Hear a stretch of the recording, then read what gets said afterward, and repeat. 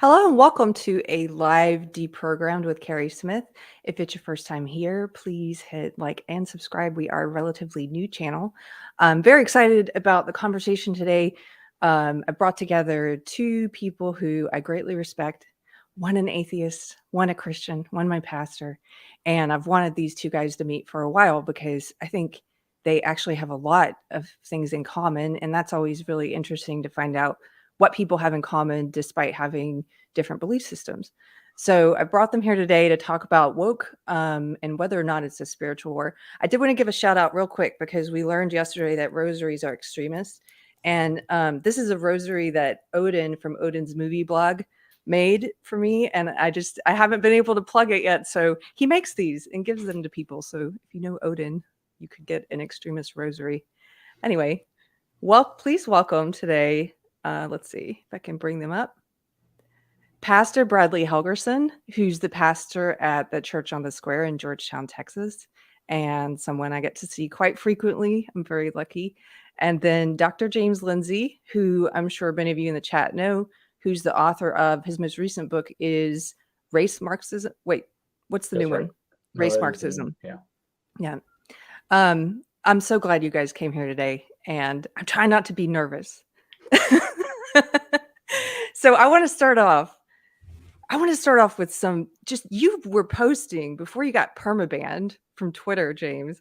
You were posting some very interesting things that were getting shared in a lot of Christian circles.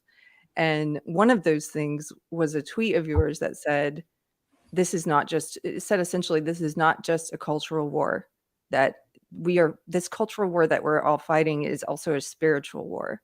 And so I wanted to just ask you, as an atheist, what does that mean to you, a spiritual war?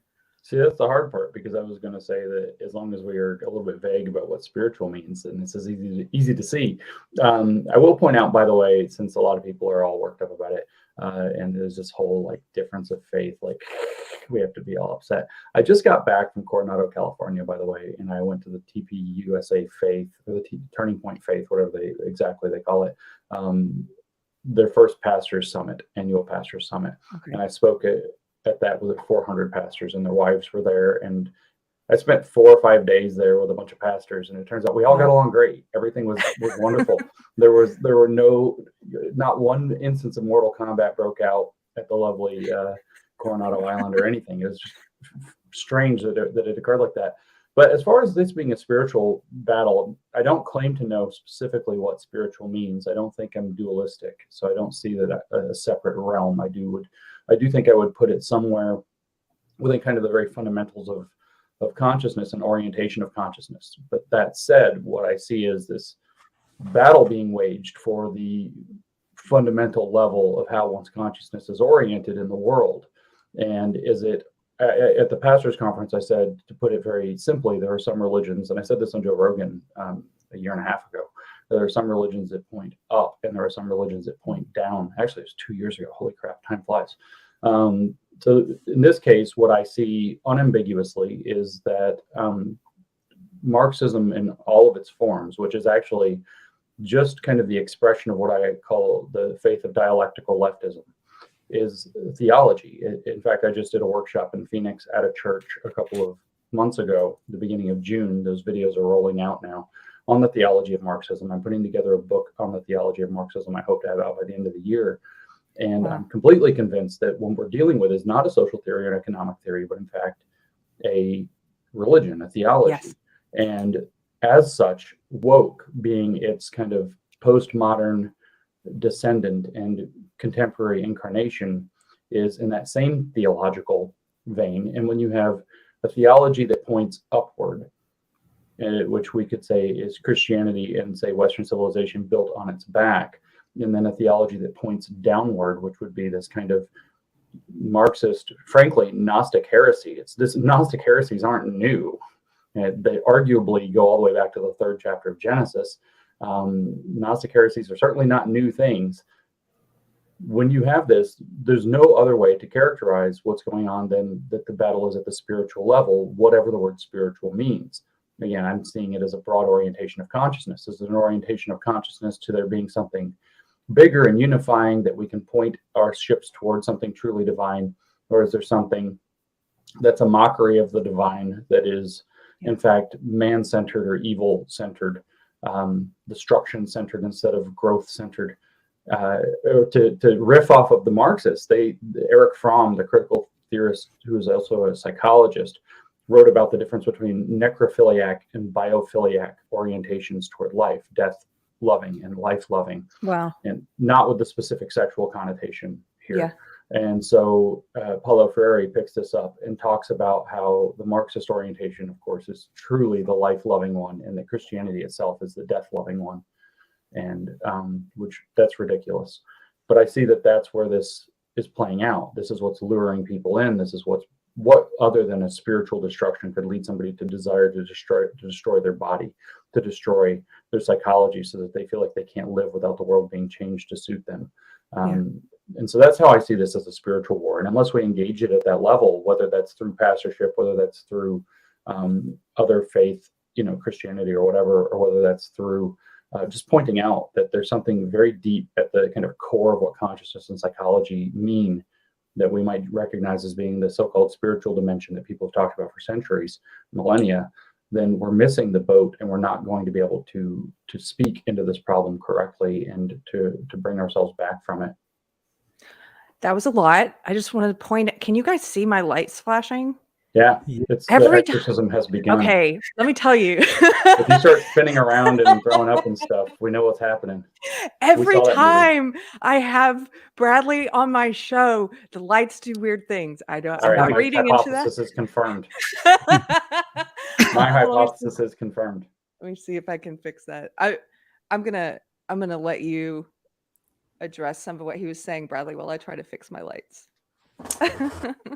Okay, another way to talk about that, besides from maybe going to an overt religious or Christian model, talk about sort of the demonic realm and all that, is to talk about how one of the things that I think that what do we call it, a postmodern mythos or a Marxist mythos, it's a mythos, right? It's an attempt, I think, to re-enchant the universe. I think one of the shortcomings of what we might call the modern mythos, which was essentially a mythos that was designed to say we don't need a mythos, right? The sort of subtraction narrative, or they sometimes call it the secularization thesis, right? Which dominated for a long time in modernity, which essentially said, religion is great, or a connection to the sacred or the transcendent is very helpful. It was very helpful in our infancy as a species.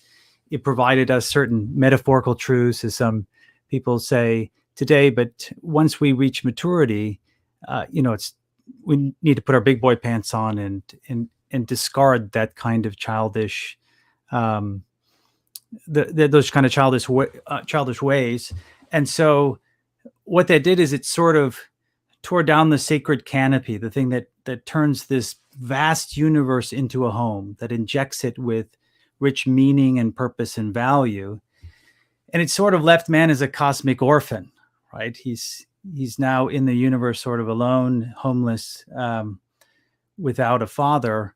And I think for a period of time, he tried to convince himself that was okay, right? That it's better this way. I'm not under my father's rules. Of course, those rules being Christianity, broadly speaking. But the lie, which I think is the lie that goes back to Genesis 3, which is this promise of autonomous freedom, of absolute negative freedom, where there's no the only real freedom is the kind that has no restrictions, right? So he tries to convince himself, the modern man, that he doesn't need any of that meaning stuff anyway, and that he's totally fine, or he can find his own meaning.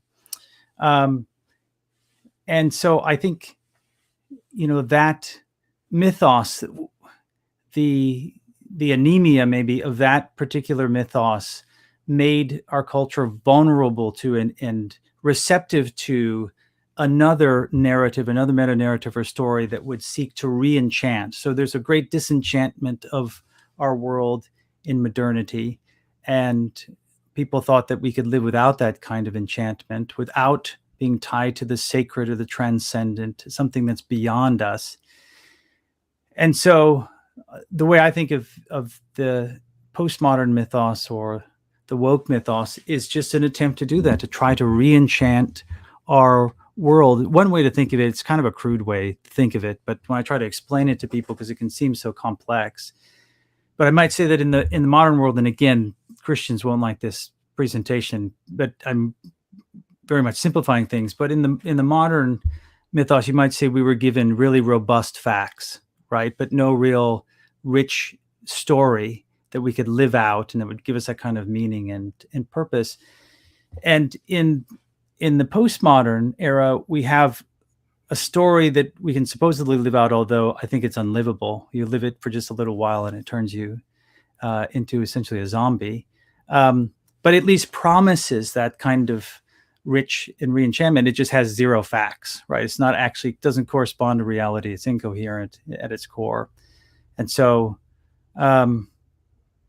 it's just one way to think of it, in those more spiritual terms, beyond, and we can go to the deeper level if you guys want to, but into sort of the invisible layer of this. But that's just one way I use to try to explain to people who are not Christian. No, I think that's right. And that re-enchantment is in fact with the idea of socially constructed power. It is in fact that all that we believed were the constraints upon us we've been relinquished from. But there are these other constraints that, as Rousseau phrased it, man is born free, but everywhere he is in chains. And that what were those chains? Well, they were the poorly thought out dictates of the social contract. It was a social contract that wasn't idealized. And so, in other words, it was a socially constructed framework. And of course, Marx sees the entirety of reality as socially constructed around economic materialism and sociological materialism. Everybody kind of jumps on him about his, metaphysical materialism, but that's far less interesting than his economic and sociological materialism, that your social conditions and the economic conditions behind those actually dictate in a very pagan way, like Jupiter was a god and dictated the fates of your life, and you were the plaything of Jupiter. Here now you have this power structure of economic materialism and sociological materialism that is in fact materially deterministic, as the phrase goes in Marxist literature, and you're the plaything of these socially constructed power structures. And so this kind of reaches this kind of pinnacle by the time we get to the postmodern era, where Michel Foucault is laying out this entire complicated theory about how power works and how power is transmitted through all of us. So in some sense, the pagan deities are something that's operating invisibly within us and through our relations with one another, especially relationally one to another. In fact, that was, if you boil down Foucault to just a handful of points, one of them is that power is always relational. It's in how we interact with one another where power manifests. It's not something you have or don't have. It's something that happens between people and shifts and moves in that way. And so, in other words, we become kind of the sort of avatars of this this power. But I'm shifting out of like the idea of political power or social power and into this kind of metaphysical construct of power. That power is what moves the world in some sense. It's what activates.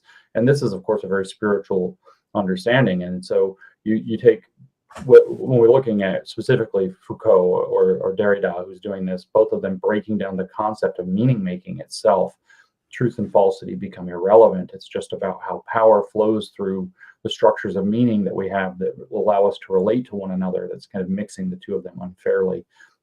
But it's good enough for government work, as they say. It's good enough actually for post-structuralist feminist work, which is how we imported all of it into society. So it's good enough for what we need to do. And post-structuralist feminism in the kind of hierarchy of things is a couple of layers below government in terms of getting things right and its operative assumptions and applications. If it's useful, they do it. That's kind of their definition. So I actually do think very realistically that you see this re-enchantment. Of course, I can't skip mentioning the dialectic of enlightenment at this point. This is the everybody that misses this, or if they know much about critical theory, or maybe they don't know much about critical theory, which is better known as critical Marxism, the pinnacle work, the magnum opus of that entire movement is the dialectic of enlightenment, written by Max Horkheimer and Theodor Adorno, published twice in 1944 and republished in 1947 after the World War had ended, and so some of their views had changed. But it's exactly what you said, is that modernity has this like mythos of negativity, this we're going to be non-mythological in our orientation. And their argument is that as a dialectic, if we want to believe that that's how things work out, whether we want to or not, actually, but as the dialectic progresses, as time progresses in such a perspective, and I'm not blending time and dialectic, they're not the same thing. These are actually two orientations toward how the world operates. But as this mythos plays out and the people operating within it come to grips with it, what happens is it becomes its own mythology. And I honestly think that this has been epitomized in the character of Sam Harris. Like, Sam Harris literally becomes the physical embodiment of the punchline of the dialectic of enlightenment. Yeah. And I may have to write something about that before the end of the month, but I don't know if I'll actually do it.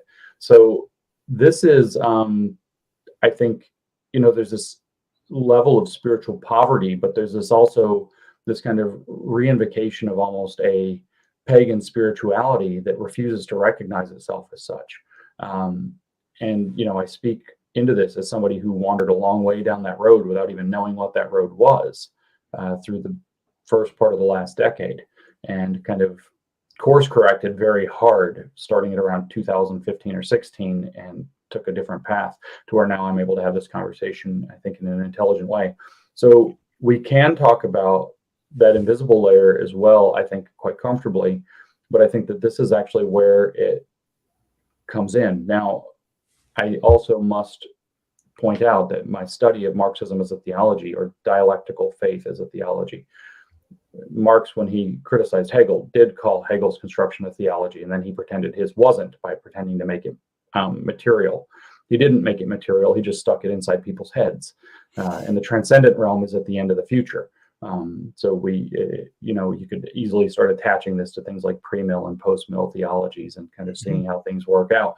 But the long and short of this is that what Hegel and then Marx created as kind of a back-to-back duo is unambiguously an inversion of a heresy of Christianity. Mm-hmm. And so Hegel provides the heresy: God no longer is a transcendent being, but is a being that becomes transcendent through the thinking processes of humans, and is thus reawakened or recollected to himself, which is a pun because it's recollecting the divine shards throughout the mundane world. That's Hermetic alchemy, but recollecting and recollecting in the sense of remembering who he is as God when that occurs.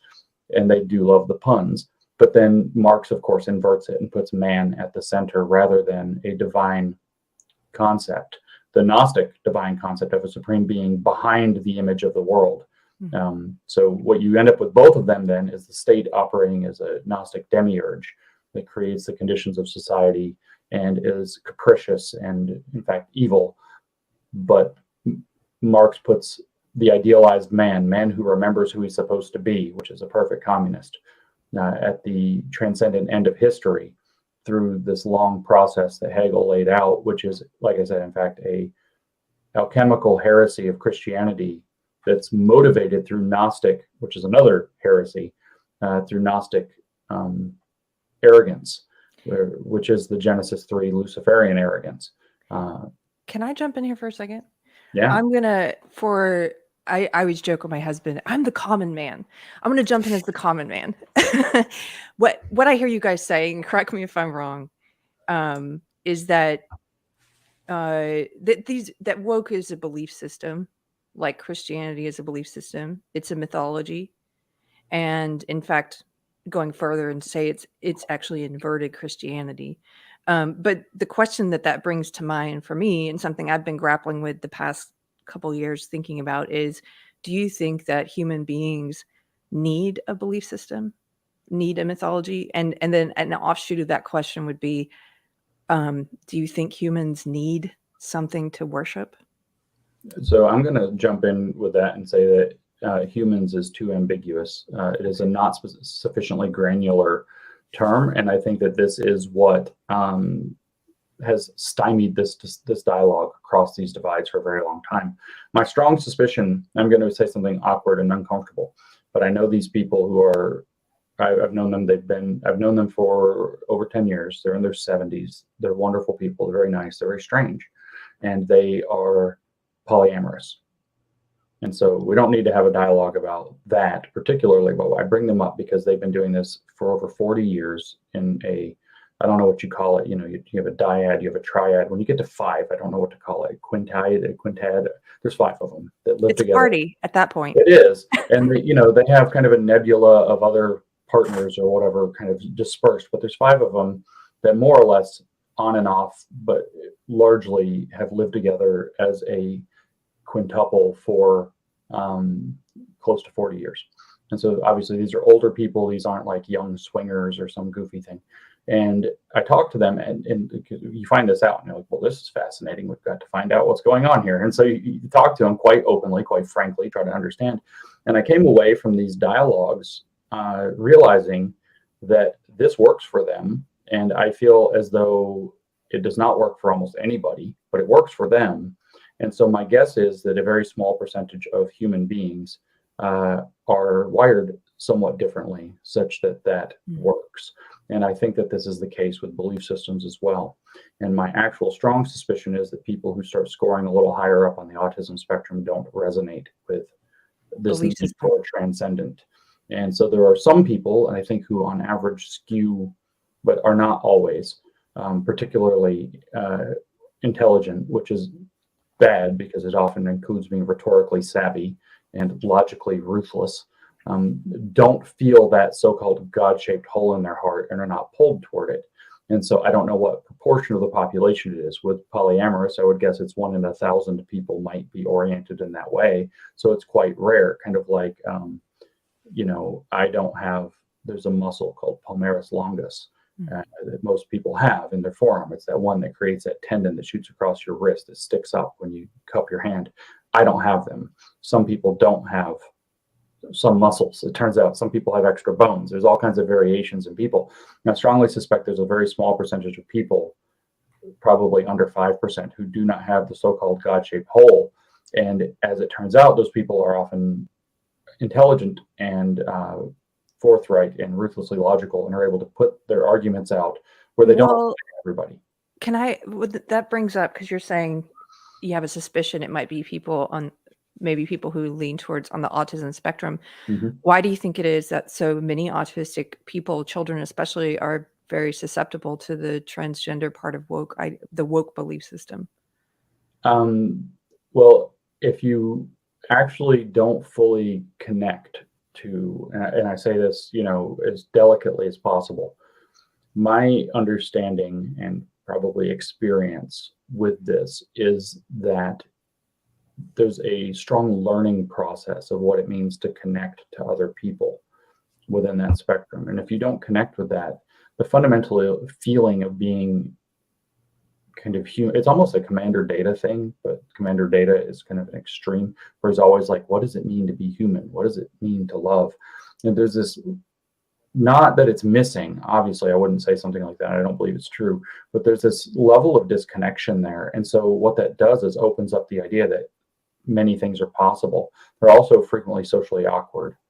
They're often, when they're high functioning and social, interested in attention, but they are awkward and don't know how to get it.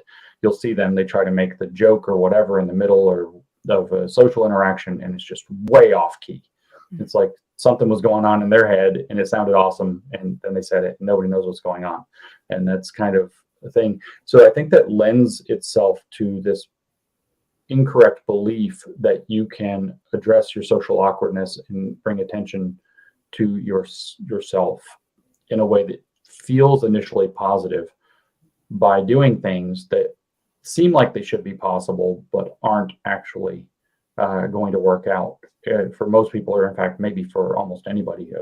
With transgender, I actually am quite sympathetic to the idea that a very small percentage of adults see this as, and rightly see this for themselves as, the best solution to a bad situation that they've landed in. Chronic persistent gender dysphoria that persists past puberty into adulthood and seems to find no resolution through other means.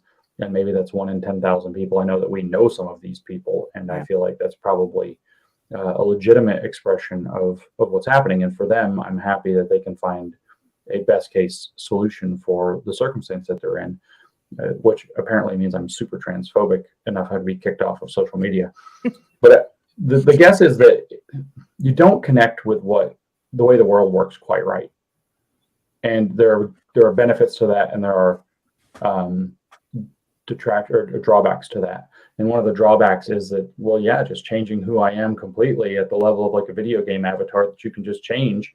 And maybe you have to, instead of like, you go on your video game and you change their face, and you change their nose, and you change their height, and you change their weight, and you change, you just go on and build your character. Well, you're your own character that you get to go build. And there's this feeling is like, well, some stuff just doesn't really matter that much, so let's go. And I think that taps into that. I mean, I'm not qualified to speak about that in depth, so I'm speculating quite a lot here. Bradley. But anyway, I think most humans do need something transcendent to kind of pull back to the original question now. Yeah, so that's what I was going to ask. Is this group that you talked about a small percentage?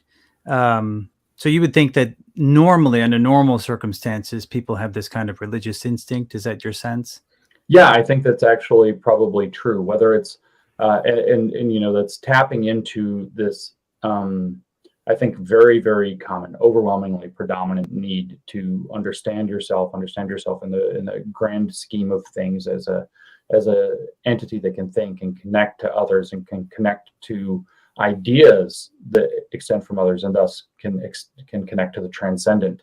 And to have that, connecting not just intellectually but also communally and with other people, and to have that be a basis for your relationships with other people, and to understand yourself in terms of those relationships. And I don't think that there's any substitute for calling that generally spiritual or even transcendent. And I think that the vast majority of human beings actually do understand themselves and crave to understand themselves in those terms. And there are different systems that I think are better and worse for helping people orient that. And frankly, I mean, not to be weird or whatever, given the obvious differences, but the truth is that I still think that probably Christianity does do better with that than virtually anything else that's come along. It's certainly better than all the alternatives I'm familiar with. That brings us back to what we were talking about before, is in order to counter the postmodern or Marxist mythos, it seems to me, and it seems to be what you're saying, is we need more than just presenting rival evidence or demonstrating that it's incoherent, or even demonstrating to individual people that if you live out this mythos, you're going to be consumed. It's just unlivable. You're going to be consumed by resentment and paranoia that your friends are going to turn you over to the Sanhedrin. I mean, it's just unlivable. It's miserable. It will eat you. It's parasitic. It will eat you from the inside out and turn you into a zombie. Even if we can convince people of that, it's not sufficient. Even if we're successful in bringing about a narrative collapse, we have to then present them with a better story, right? We have to present them with an alternative, with a meta narrative that is rich, will provide them rich meaning and purpose and value. And is what you just said before, from your point of view, given the options that are present, would you think that the Christian mythos is the best option that we have for being that substitute? And it's really a return in some sense, although I think it will be different moving forward. Yeah, I actually do. And the story presented by Christianity, is a profound one, and it's an interesting one. It begins, of course, with the idea that we are children of God, and then by chapter 3, we've already screwed up. And so, like, we're imperfect children of God who are perpetually going to screw up. And then you have this book that's like 600,000 words long that we call the Old Testament. That's this story of people decided they're going to kind of go their own way. They're going to show, the world what's up. And then they fall into calamity. And then along comes a prophet and says, you guys left the path of righteousness. The path of righteousness was laid out for you in the law, which they say is given by God. And then people get back on the track, and then things get good for a little while. And then off they go again. I can be the commander of my own fate, my own destiny. I'm a screw up. Watch what happens. And then calamity comes. And then why are you speaking my life? Yes. How do you know me? So there's this deep story here, though, of that there is a proper way to orient yourself and a proper way to live. Not necessarily, I mean, I'm a little thinking that Leviticus is a bit legalistic, but just, thinking through things. And there may be a little more flexibility than is given strictly in the law as written in, say, Leviticus. But there is this generally describable orientation toward righteousness, and that when people broadly accept this orientation toward righteousness, things get better. Then they get proud and they get soft, and then they do something stupid and they depart from that, and then calamity ensues. And the Bible ascribes these things to various powers and things happening. But even without that, just the broad understanding of we're a people who are created to be righteous in the image of righteousness that we can't live up to because we're screw ups. And so what happens is, again and again, when we depart from righteousness, bad things happen. And when we come back to righteousness, good things start to happen again. And we require these characters. It's this kind of the ongoing human drama. And then these characters, the prophets, that come in and reorient us. And then finally, we get to this New Testament.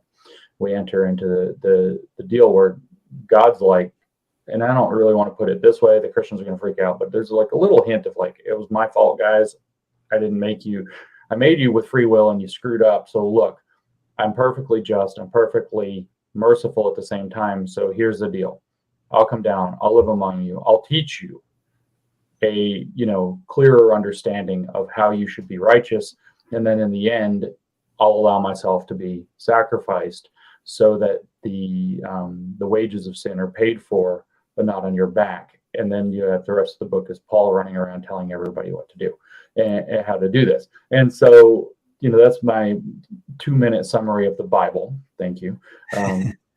But I think that when you see this idea that there's an orientation toward righteousness, there's an orientation toward understanding ourselves as beings who need to be, if we're going to be righteous and thus have these better situations, we need to orient ourselves toward the humility to realize that we're screw ups. And then the message of the gospel, of course, is that we're such bad screw ups, we can't even save ourselves. Like, we've got to literally have Deus Ex Machina come down and fix the problem for us, because we're permanent screw ups. And I can kind of get where John Calvin is, takes this to like the extreme, and he's very upset with people.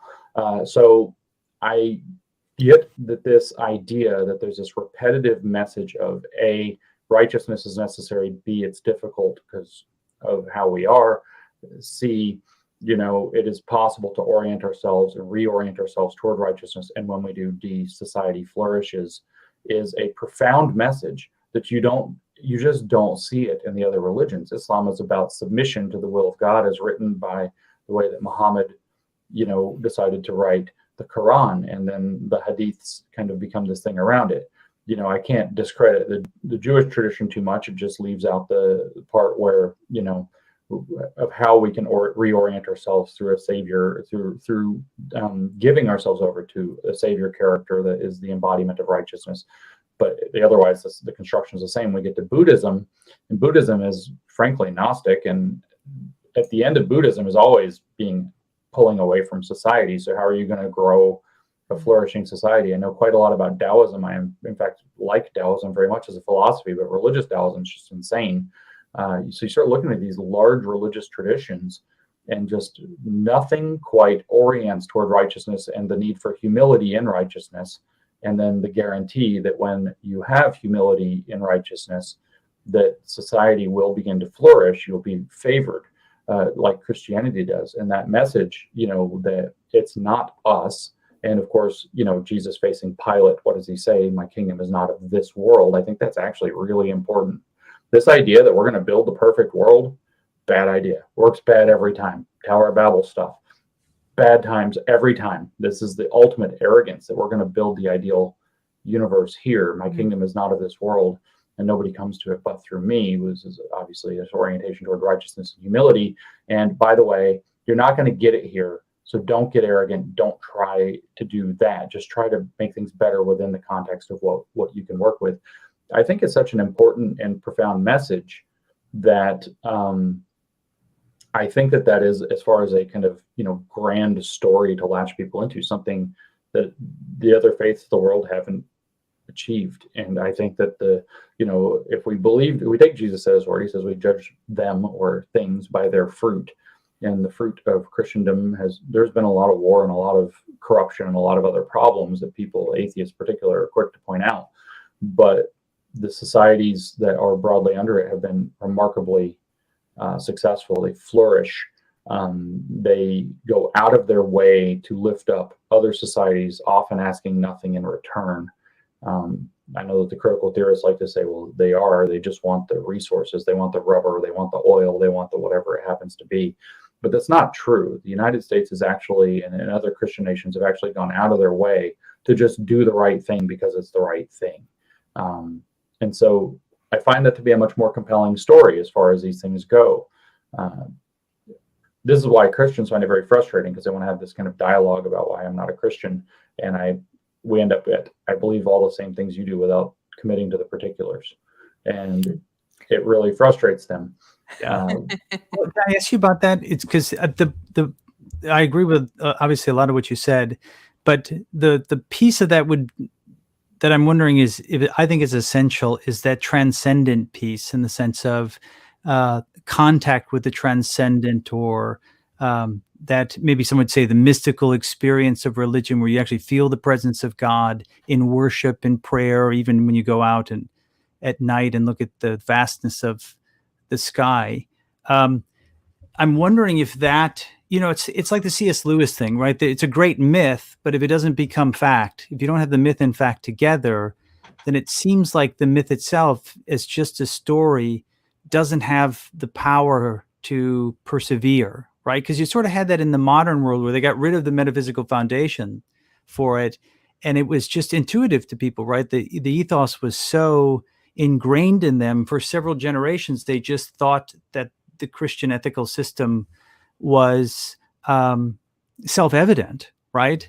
And of course, when Nietzsche comes along and pulls back the curtain and reveals that everybody's standing in midair, floating in midair. But so what I'm wondering is if that piece, the transcendent piece of it, the worship piece of it, or the fact that it's actually a fact that Jesus is the Messiah, not just in a metaphorical or archetypal way, which I think is a form of truth for sure, but in a historical way, like he really is the Messiah, really was raised from the dead. Because it kind of reminds me of one way to illustrate that is the first Matrix movie, right, which is the good one.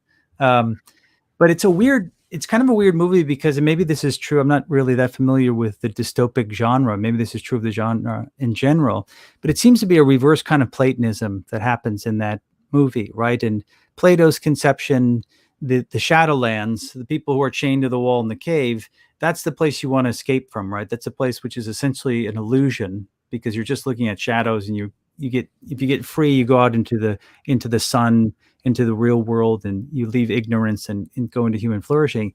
The dystopian view seems to be the reverse of that, right? The real world is the dystopian one. It's ruled by machines. It's desolate.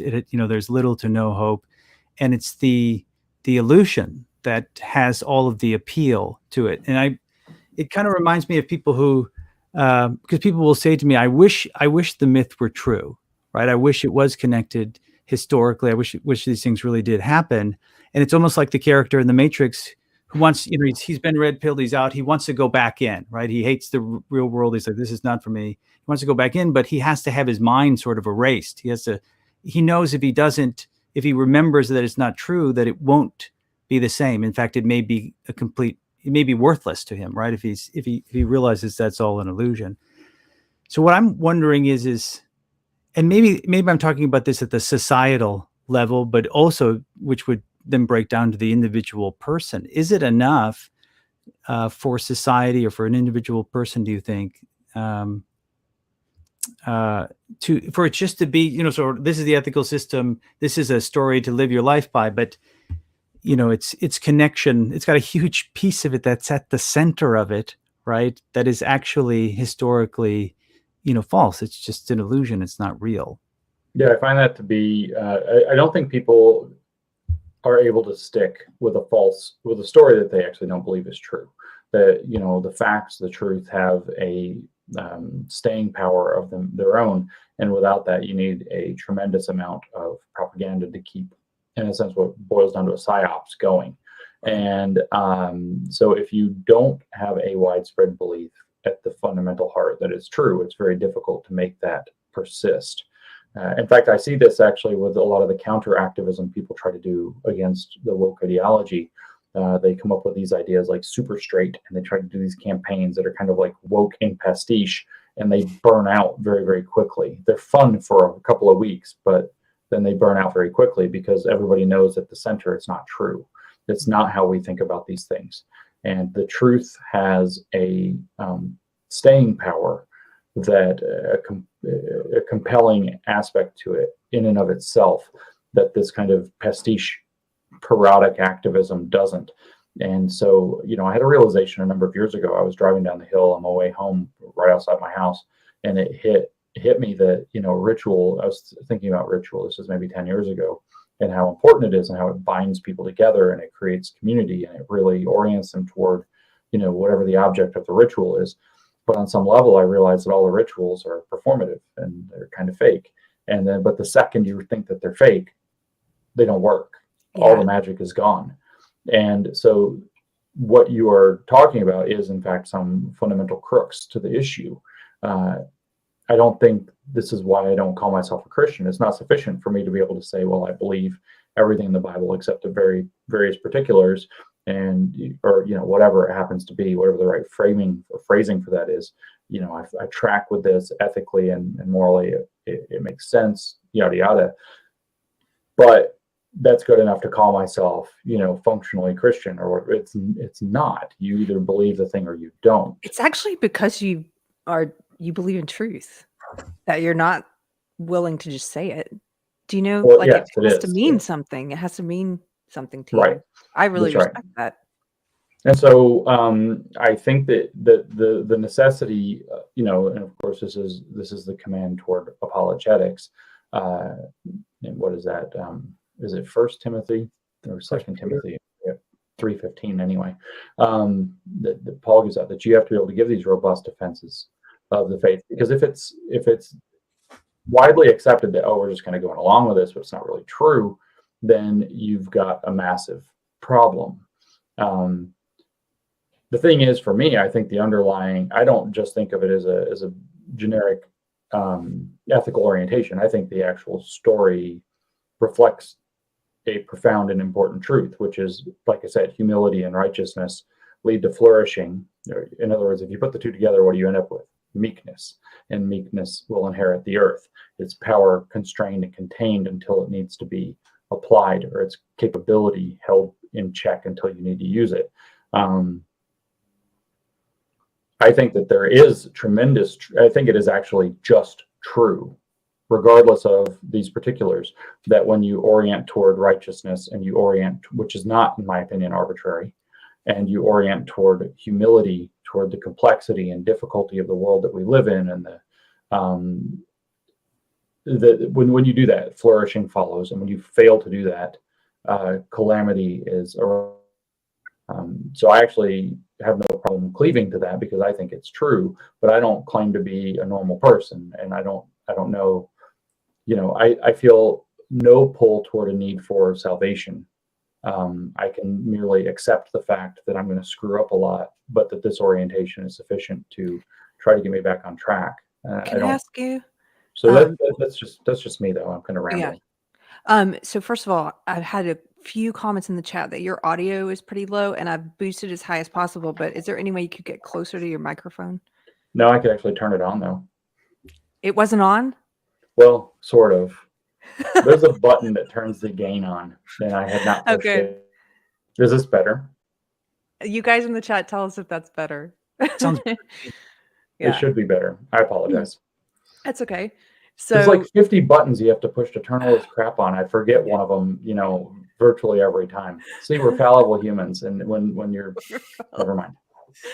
So let me ask you this. I wonder, do you have, because I've heard from several atheist friends recently in the past couple of years or so, this desire to believe, though they don't believe.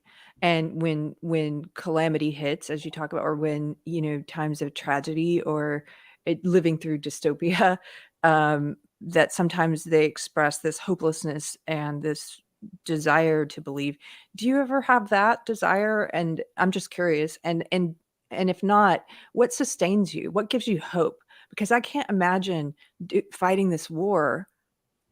I don't know how I would be able to wake up and do it every day without my belief. See, this is where, again, I think that my being not quite neurotypical matters a lot, because I don't feel that pull, no. But then how do I sustain myself and keep going? It's kind of more like I don't know how not to. I just kind of look down the road at the potential consequences of not doing it, and that motivates me sometimes. I got asked by Pastor John Benzinger in Phoenix, Arizona, a couple months ago, and that video will come out soon, so you'll see. He asked, basically, why do you do this or whatever? He wasn't being antagonistic. He's a friend of mine, and my answer was, in fact, that it was quite. There's the big reason, the grand reason, and then there's the true reason, which is the small reason, which is I don't know how to live in a dystopia. I don't want to figure it out, and my own future and the future of people that I care about rather immediately, I don't want to see people live through that. I don't want to see people suffer, and so because it will be a calamity, and I enjoy the capacity that we have, to connect with others. We've become friends and throughout the years or whatever. And I see that all at tremendous threat, not in this kind of just very shallow, superficial way, but kind of everything that I understand as to how to live life and what I really find brings fulfillment in life is the threat of being taken away. So it's a very small thing, but it's easy to project that out into other people and assume that they also would want to be able to live meaningful and fulfilling lives. So I don't actually have that pull. I will point out, since we're kind of orbiting around woke and Marxism as a spiritual battle throughout this whole conversation, that the Marxist or dialectical answer to that is always that it was somebody else's fault. Right. The reason that things spun out of control was it was somebody else's fault. And so that orientation toward humility is just not there. It was that, the society was, maybe it was anti-capitalist enough, but it wasn't anti-racist enough. It was always somebody else's fault. The reason was never that the system itself is broken. And that goes back to Hegel, really, or I guess Rousseau. All of this is, I said this last night in a thing I did too. It's like if you took Rousseau and imagine him like your, like hungry man, frozen dinner, and you put it in the refrigerator, the microwave, and you cook it, and then you take it out and you don't eat it, and then you put it back in the refrigerator and it gets cold, and you put it in the microwave again, and you do it like 7 or 8 times and you get woke. So chill and microwave until it kind of turns into mush. And by the time it reaches the Facebook groups with the soccer moms, it's been microwaved many times. Yeah, the wine moms have just reheated this thing a bunch of times. It's swarmed over. But their impulse though is to blame others, and I feel like that's that lack of humility, and that's why this is in fact a spiritual orientation. Which is not to blame yourself, like get out the whips and do the whole thing, but to take responsibility that well, we tried and this was an error and we departed from what we should be doing and this went badly, as opposed to just externalizing the blame, or rather grotesquely for the more theological Marxist Hegelian dialectical types, that well, it's just part of the process. 100 million people dead, they were a sacrifice to the god of history so that history can move forward. They exposed a contradiction we didn't know about before, and I guess that kind of sucks for them, but history, the long view of history, is the thing that they worship. And so that sacrifice is justifiable, in fact necessary. So good on them for being part of the cause. It's a wholly disgusting framework. So then that's a whole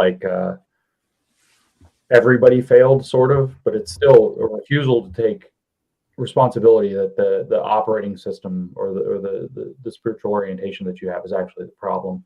But no, personally, since that was your specific question, I don't have that pull. I don't have that orientation. I get out of bed and do this every day because I can't imagine not doing it every day. And I think about the consequences, and that if I'm having a down day or whatever is what gets me going again. Not sequentialist in my thinking, but I know that this is going to be bad and it's unnecessarily bad, and I don't want to live through it, and I don't want anybody else to have to live through it by, real empathy. So that's a sufficient motivator for me personally. to go back to what you were saying before, is there's the two orientations towards the world, or the two postures. One is just consumed by resentment, or what Nietzsche called ressentiment, right? The other one is gratitude, which is the antidote. Gratitude looks for someone to thank. Resentment always looks for someone to blame. Yeah. So transitioning someone from that kind of resentment mentality to gratitude, that's obviously one of the giant pluses of Christianity, is because that's at its center, right? Because yes. we exist because of God's grace, and we are alive because of it, and we're alive again, born again because of His grace. It's 100% His grace. Everything that we have, every breath that we take in, is provided by Him. So it's a system that's saturated in gratitude and humility, as you said. So yeah, I think those are key. And again, that same kind of Bible in 2 minutes, take on how it's all oriented or constructed is the same thing. We wander off the path, the prophet pulls us back, and what do? They give praise to God again and again and again. There's always this element. Humility, gratitude are super key. And so again, this is, in my opinion, something that would qualify in the spiritual realm. As far as a spiritual battle, are we orienting toward humility or to arrogance? Are we orienting toward righteousness or to selfishness? Are we orienting toward gratitude or to blame, to resentment, or like you said, actually, ressentiment, which is, in my opinion, the easiest way to understand that is this resentment that's curdled, or envy that is curdled and gone really bad, right. Really dark. And steeped in self-loathing, right? Yeah. And in an acute sense of one's weakness and ineptitude.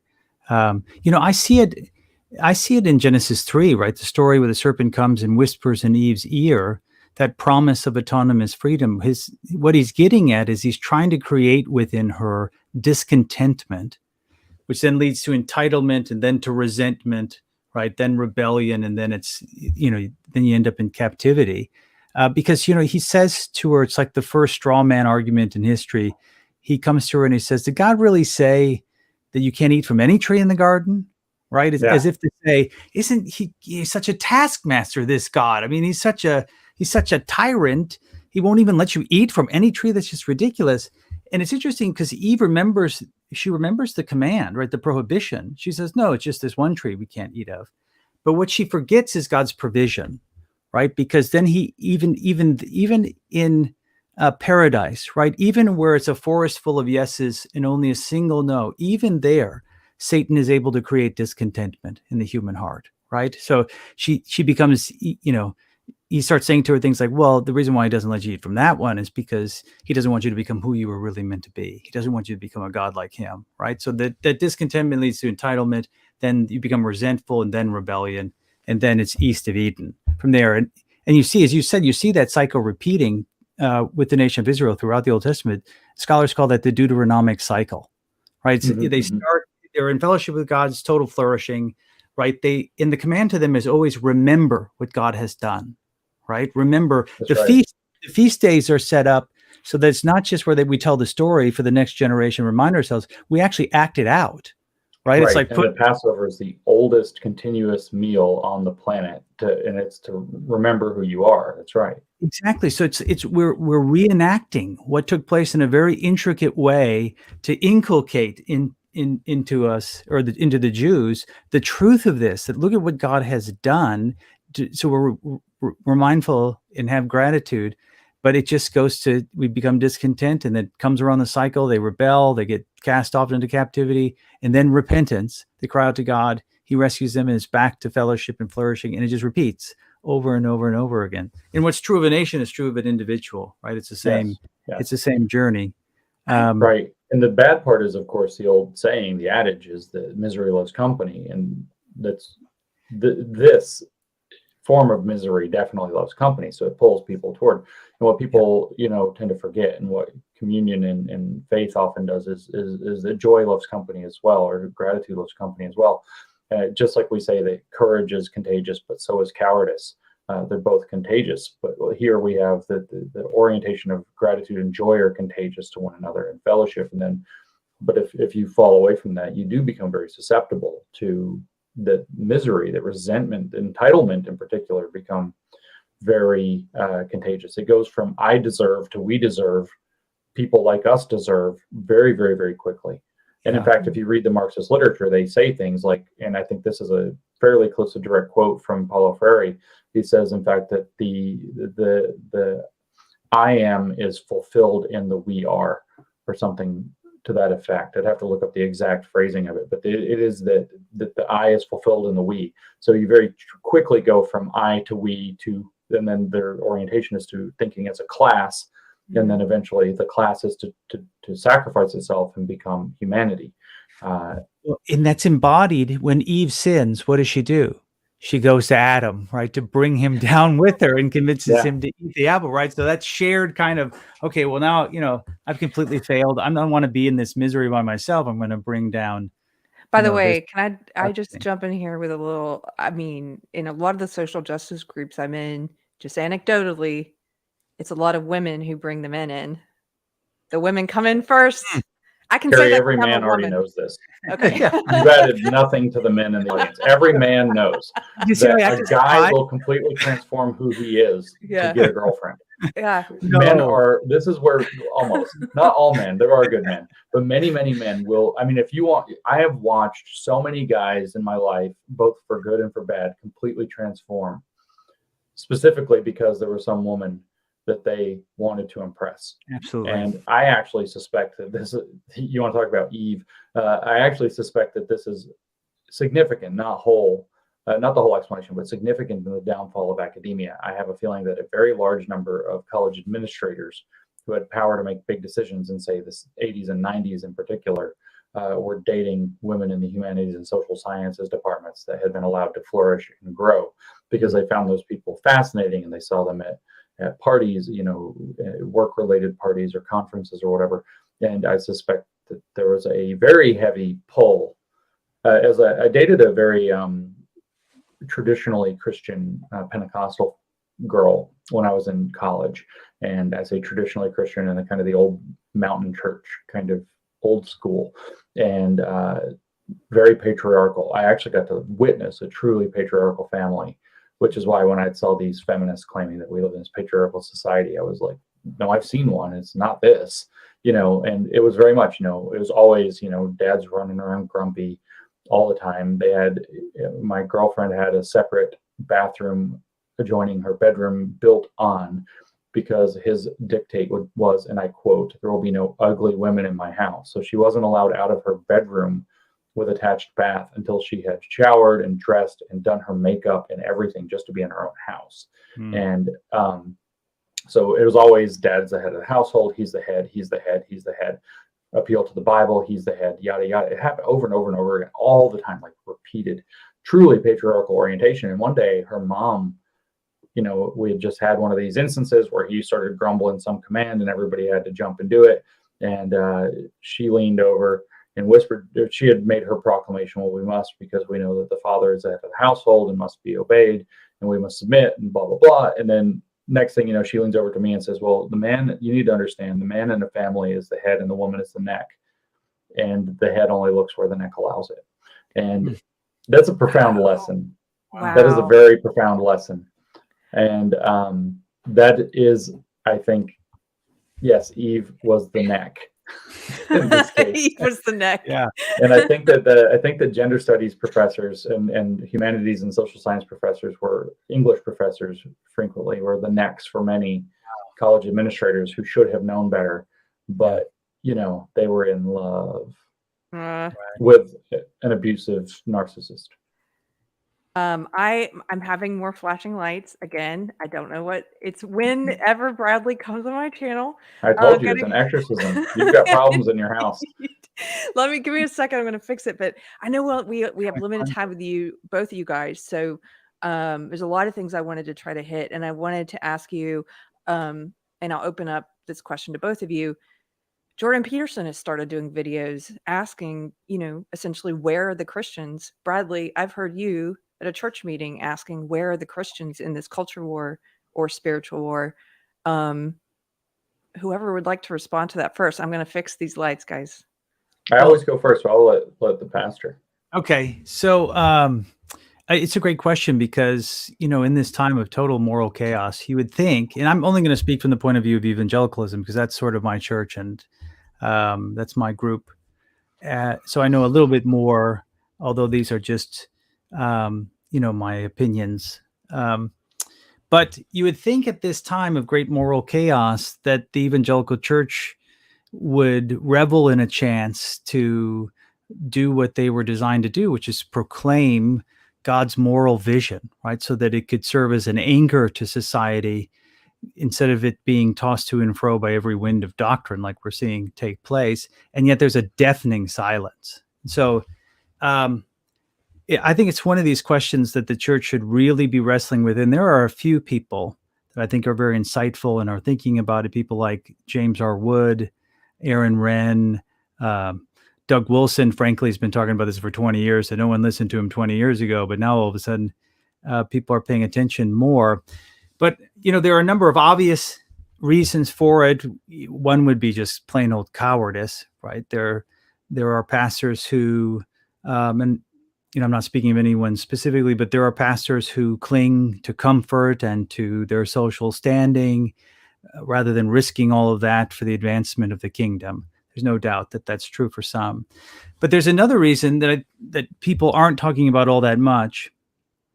And maybe it appears at first like a theological difference that would make the difference between maybe someone like me who does speak out and someone who doesn't, or maybe we might say a hermeneutical difference, which I can explain in a second. But I think what underlies it, unfortunately, I'm suspicious that it might be a political reason that underlies it.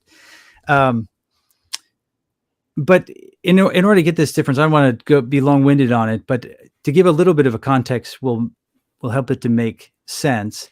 If you go back to the early 20th century, there was a war that was taking place within Christendom broadly defined, where you had what were called liberal Christians, but really they were progressive in the sense that they denied the fundamentals of the faith, like the virgin birth and the inerrancy in Scripture. And then you had what became known as the fundamentalists, who were trying to preserve those key doctrines. And the fundamentalists won a few key battles, but they lost the war. They lost the PR war. And mostly I think they lost because the elites of the day, those who were in control of the institutions that really shape culture, were all progressive Christians. So as a result of that, the fundamentalists withdrew from those primary institutions. And if you go forward then a number of decades, there's a new movement that emerges in evangelicalism. Some call it neo-evangelicalism or neo-fundamentalism. And it's spearheaded by people like Billy Graham and Carl Henry, who's a scholar, and they create institutions like Christianity Today, which ends up becoming sort of the main magazine of evangelical Christianity. And their approach to engaging culture is radically different than either the fundamentalists or the progressive Christians. And not Aaron Renn, but James Wood refers to it as a winsome third wayism, is what he calls it. And essentially, the sort of doctrine that's at the center of it is this idea that when it comes to cultural engagement, when it comes to things like politics, that what we should be doing is minimizing offense in order to maximize someone's openness to the gospel. So our approach to politics should be one in which we don't want to get involved in anything that might offend anyone because it might close them down to the truth of the gospel. Same with cultural engagement as well. In other words, it's looking at politics, it's looking at cultural engagement, it's looking in extreme cases at everything, including corporate worship and discipline, everything through the lens of evangelism, which seems like a real evangelical impulse. Like it's all about evangelism. But what you read in Scripture is that it's actually not. There's an arena for evangelism, and then there's an arena for things like politics, right? Because, it's just a category error. What's the purpose of politics is not to minimize offense so that you can maximize, an openness to the gospel. The purpose of politics is to build a just society, right? It is for the three institutions that God has ordained the church, the state, and the family to work together to create a society that is righteous, that can foster human flourishing, that functions as a signpost to the New Jerusalem, right? The new heavens and the new earth that's talked about in the book of Revelation. It's fulfilling that cultural mandate where we're supposed to be cultivating, which is the idea of taking the sacred order and transliterating that in the language of Philip Reeve, transliterating that into the societal order, right? There is this vision of the kingdom of God that, in every society, there is a vision of God that's dictating what everybody's doing and what they're shaping the society into. But there's a particular biblical vision of what a just society is. And so by looking at everything through that evangelistic lens, right, it's turned them into people who are essentially politically feckless, right? It's one scholar refers to this kind of thinking as paraplegics of virtue. I mean, they will not say anything that's controversial at all in the culture, whether it comes to ethics or even various political things, because they're so paranoid that people are going to be closed down to the gospel. And so, so I think that's describing the hermeneutical difference, right? Of using the wrong lens. I think that's detrimental. I mean, it even leads to them not protecting their flock, right? Because it's like, well, the worship service is really about reaching the lost. We're inviting all these people who are not Christians. And so instead of feeding the flock, we're spending all the time trying not to say anything offensive to the people who are here so that they might hear the gospel. But here's why I'm skeptical of that. And I'm not saying I'm skeptical of individual people. They may really believe that. And it seems obvious when you point it out, but maybe it's one of those things where you just don't really realize until someone points it out. So I'm not going to judge anyone's motives, but I am suspicious that there's a political thing to this, because even though they think of themselves as being apolitical, if you look to see who it is that they're trying not to offend, it's one group, which are the progressive elites. That's who they don't want to offend. In other words, they don't mind offending people like Jordan Peterson, right? They don't mind throwing him under the bus. They don't mind offending James Lindsay, right? They'll throw him under the bus as well and criticize him and criticize his writing and all of those kinds of things. It's, what they do is they punch right?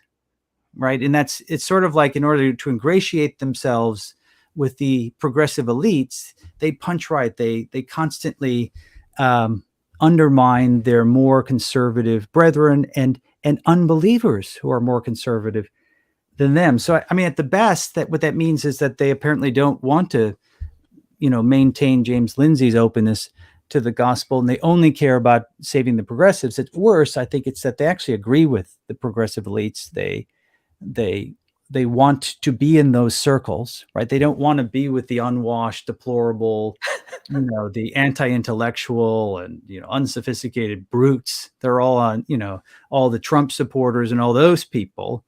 We want to be with these elite people. We want, and what they get from that is it's what Carl Trueman calls a progressive privilege, right? They get their magazine articles printed in the Atlantic, and they get the New York Times book review to review their book, or David Brooks will mention, quote them in one of his pieces or something like that. And really up until recently, they've gotten protection, right? Because the radical left uses them then as a club. They don't have to say anything. They can just say to this group, just go ahead and beat up on your white right-wing brethren. And rhetorically, it's much more powerful coming from another Christian, despising what's going on. But I think there's a reckoning coming for that group of third wayism, or the winsome group, because that worked all fine and well when we were in what some are calling the neutral world, right? There's sort of these, Aaron Renn talks about the three worlds of evangelicalism. There was the positive world when Christianity was dominant. And so if you were known as someone who regularly went to church, it increased your social capital.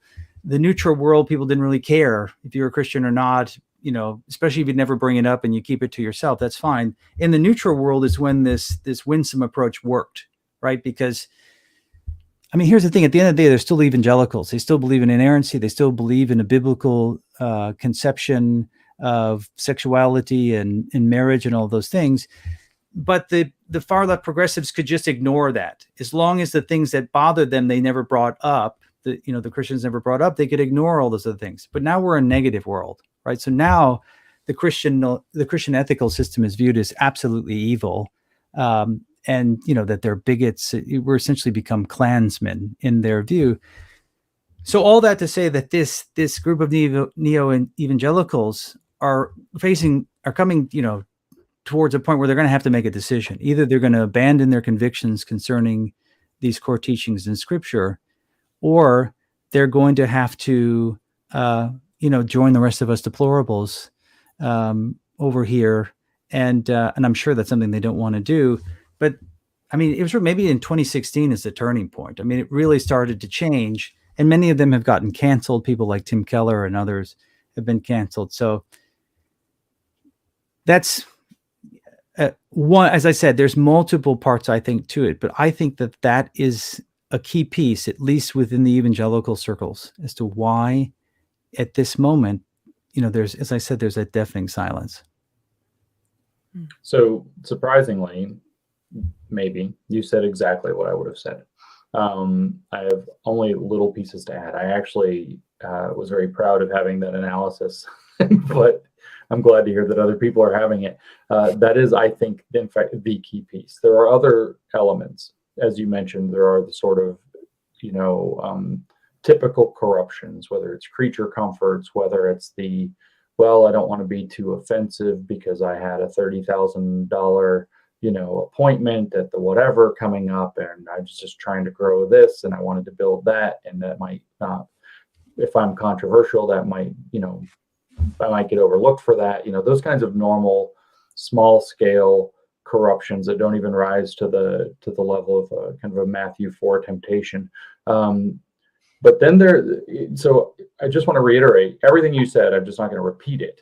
I would have said had I gone first, but I will also add that there, in this Marxist kind of world, there is the fact of deliberate provocation in these directions. It's not merely that there's progressive privilege that brings people in.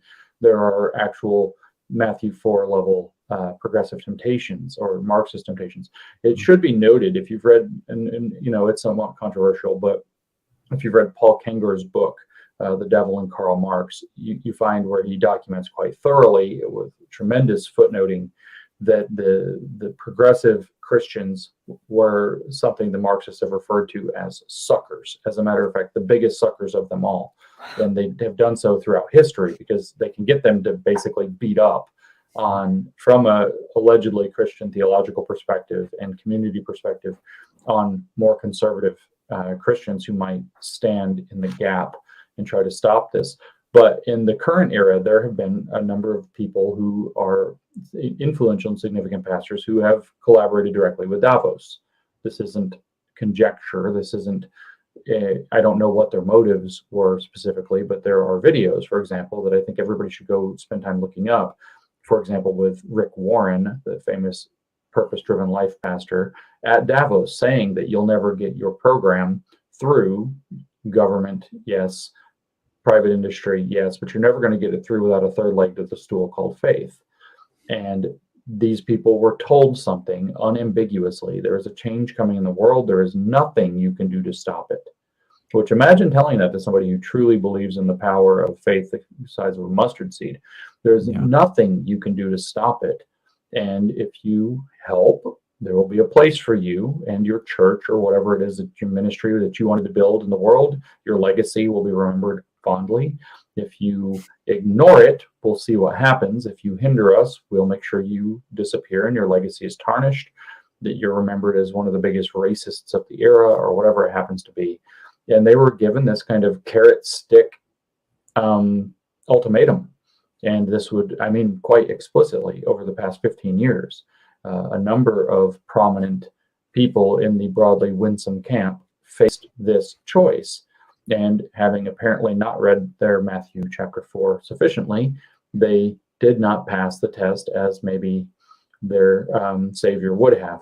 And so they have been deliberately on a set of very corrupt promises. There are people, not all people involved in this, and it's too difficult to guess anybody's particular heart unless you see them, say, on stage talking to Klaus Schwab, telling them that this is your plan. It's too difficult to guess in many cases. For example, you mentioned Tim Keller. What's his actual motivation? I don't know. as a name. What's Russell Moore's? I don't know for sure. What's Al Mohler doing? I don't know. I do know that Al Mohler was given that there's a change coming and there's nothing you can do about it speech. I know this. And, if we judge by his fruits, he's trying to play, I think, this winsome middle path, or actually this kind of, save the church by playing along and then rescuing it, maybe is more of his motivation, if I had to guess, knowing a little bit about Al. But you've got these characters who have been pulled into this web of threat and temptation, who have lost the plot. And some among them are actually collaborators with the people who are trying to undermine Christianity, or pervert Christianity, or make sure Christianity remains this winsome, controlled opposition position that is at the best effete, has no capacity to stand in the gap, has no capacity to proclaim both truth and error of what we face in our times. And so you kind of mix this stew of forces. And again, all of that, I'm just adding to what you said, because I believe that what you said is the key reason. The conspiracy adds into this, but what you actually articulated is the key reason. This kind of winsome attitude. You see it in the Republican Party as well. I go to Virginia, I go to Vermont, I go to a number of these kind of battleground-ish states, and the prevailing wisdom, believe it or not, Vermont is very conservative if you get off campus. It turns out that the prevailing wisdom is, no, we need to play to the Democrats. We need to play to the progressives. We need to make sure they stay happy so we can pick up some of their voters. And that's the only way we can win, which, if you look at the example for just to draw the obvious one of Ron DeSantis, that's exactly the opposite of reality.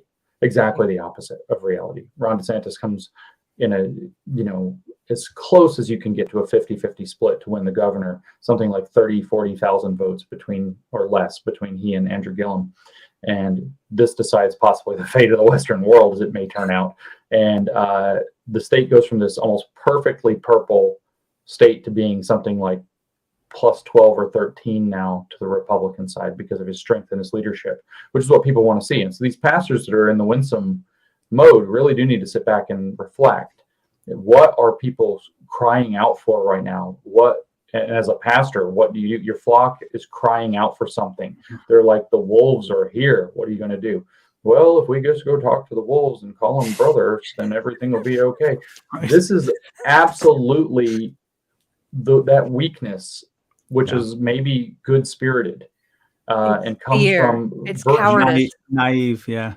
The thing is what people don't understand. First of all, they barely understand that we're undergoing something akin to a communist revolution, or as a form of a communist revolution. Yep. And then even if they grasp that, they don't understand that the communists love nothing more on earth than to use your own values against you. Mm-hmm. And that brotherliness, that courtesy, that kindness. I go to Utah. Utah has declared itself the cradle of the fourth industrial revolution. Good old Mormon Utah. Why? Because the Mormon impulse is to be kind, to be accepting, to be welcoming. And I will attest, the many Mormons that I've had the good fortune of visiting their homes in Utah as I've traveled, the hospitality. I'm sorry, all the lovely Southern Baptists who had me into their homes and others who had me in their homes. You're not Mormons, man. Their hospitality is off the charts. It's unbelievable how welcoming they are. But this has allowed them to also welcome in people they shouldn't and ideas they shouldn't, and on the back of their kind of be kind or winsome ethos. It's a kind of niceness. It's not kindness, right? Or a biblical notion of kindness or love, right? Jesus says, those I love, I rebuke and chasten. It's a sentimental version of that kind of niceness that just doesn't want any waves and wants just to, doesn't want any conflict at all, even if it's based upon truth and real division. So, yeah. I mean, if you look at either the character of Jesus or Paul, I mean, quite clearly they were not uncomfortable with conflict. Jesus is picking up sticks on the Sabbath and somebody says, you can't do that. And he's like, I am the law. He's just like, like as big of a screw you as you can shout back. And then, like you said, true kindness does require strength and requires rebuking things that are wrong. It is this niceness. I said kind because that's actually the motto of like Utah is like be kind or something like that. And that's what Governor Spencer Cox, he, him always says, we're just trying to be kind. Be kind. We're the beehive state because we be kind. I don't even think there are any bees in Utah. It's a freaking desert. And it's like, be kind. Beehive state. Kind. Big, lots of people all thinking the same way. And so that weakness, that's a form of weakness that's very easily exploited. And it's being exploited in the kind of respectable establishment Republican Party. It's also being so they can get their Atlantic articles too and appear on CNN still, and whatever it is they think their motivations are, get to go to the cocktail parties if that's what it is. But then you also have this in the kind of pastorship across the board. It feels different when I talk to Republican politicians and I talk to pastors. They obviously feel very different, but there's this that winsome attitude. I hate to say it because I do like that politeness, that kindness, that deference, that let's be brotherly and give everybody a chance. But it's being exploited against them. There's a difference between, like, I try to figure out where that line is. I try to treat people as if they're operating in good faith, even sometimes once they've shown they're not, for a couple more tries. But then I think sometimes people fail. And like you said, the enemies of Christianity will use their weaknesses against them or use their own values against them. And so I do believe in saying, like, once you've given me a reason to realize you're not operating in good faith, like, be gone. Like, I don't want you near me. But that will then be, they'll come at you and say, oh, you block people now? Like, aren't you, shouldn't we be open and accept? Yeah, of course. I thought you believed in free speech, but you block people and mute people. I thought you were against cancel culture, but you want to fire this person who is abusing children. Yes, I do want to fire the person who's abusing children. I absolutely do. And yes, I will block people because I don't have to listen to you. And if I actually did this. It turns out to a profoundly religious man and a man of great importance, a former congressman, as a matter of fact, started giving me static after a talk I gave one time. He was being I know he's a pastor. He had a couple of drinks or more than a couple of drinks, and he was talking trash a bit. And I said, "Is that how you feel?" And he said, "Well, yeah." And I spun on my heel and walked away from him. Yeah. Did I block him? Am I against free speech? I said, "Okay," spun on my heel and walked away from him. And I mean, not to I don't care what happened after that. But the next day he came. He was apologetic. We get along again now. But I would very gladly block somebody as it works in real life if they're feeding me. But I mean, I'm under no obligation to sit and listen to somebody badger me or trash talk me or whatever, or even to criticize the work, to be honest with me. Yeah. So yeah, they love to use that against you, though. In fact, I kind of think they started canceling people just so we would come out against cancel culture, so that then they wouldn't let us cancel people or fire people who are abusing their power back in return. Yeah. I strongly suspect this, and a lot of pastors don't understand that this is not the kind of thing that you can appease and have it go away. It's like they say, maybe the crocodile will eat somebody else first and will forget you, but no, it's coming. I like what you said, that the choice is coming. The choice is coming. These people that are in this position, things have progressed far enough now to where they're going to have to pick a side. They're either going to have to disavow from this progressive disaster that has been using them, or they're going to have to declare their allegiance to it. And we'll see. I'm excited about this, actually. I wrote, one of my questions is going to be about this. And do you get a sense? I have a sense that there's a great separating of the wheat from the chaff coming. And I kind of am looking forward to that. Is that weird? Well, and Paul says, right, I hear there's divisions among you, which is essentially a good thing because it'll divide out, right, those who are really dedicated and those who aren't. So it is, I mean, we've, the last couple of years, it's been happening in waves, right? As all the things in the world have been going down, it's just, we're revealing within Christendom, those who are really dedicated, and I guess those who really believe in what they read in Scripture, and those who don't. It's like we're going to get to a point where, what can happen in Christendom is this, and not Bonhoeffer, but Kierkegaard, sort of, this was his big struggle, was everybody believed. There were no, really intellectual atheists. Everybody was just sort of forced upon you because it was, the only truth in town. But it made people very complacent, right? So it's like, okay, you say you believe, but you're kind of a practical atheist. And when we look at the way you live and the decisions you make, you're not really a believer. So part of the blessing of this happening, and I'm like you, Keri, I'm actually relieved that it's finally we're starting to get to this moment, because it really will be a dividing and become clear, right? You'll know become who's on your clear. side and Yes. who aren't, right? It's like, I'm sick of this thing of like you step out to say what's right and you turn around thinking, oh, your brothers are going to be with you, and there's like 3 people back there now, and everybody else is cleared out. It's like, well, everybody becomes John Mark, right? He goes with Paul and Barnabas, and they get to the first place and they're doing their preaching. They turn around, he's gone back to his mama. There's, that. Yeah. Which is not to say those people can't be, the relationship can't be restored, and they can't come and say, well, I was wrong about that, I'm sorry, and there's repentance, because John Mark did that, right? And he was restored, that fellowship was restored. But there's been a lot of John Marks being exposed all over the place. I want to put something on the screen for a second. You were mentioning the rhetoric is much better attacking Christians when it comes from Christians, and this is just today. If you just do a quick search on Google or any other search site, that these are headlines that include the phrase Christian nationalist, which is being bandied around much more frequently now. And some of these are like from the Daily Beast. I'm a cradle Catholic. I don't want Christian nationalism in my church, right. which first of all, they're accepting in the question itself. They're just accepting as a fact that Christian nationalism is in their church.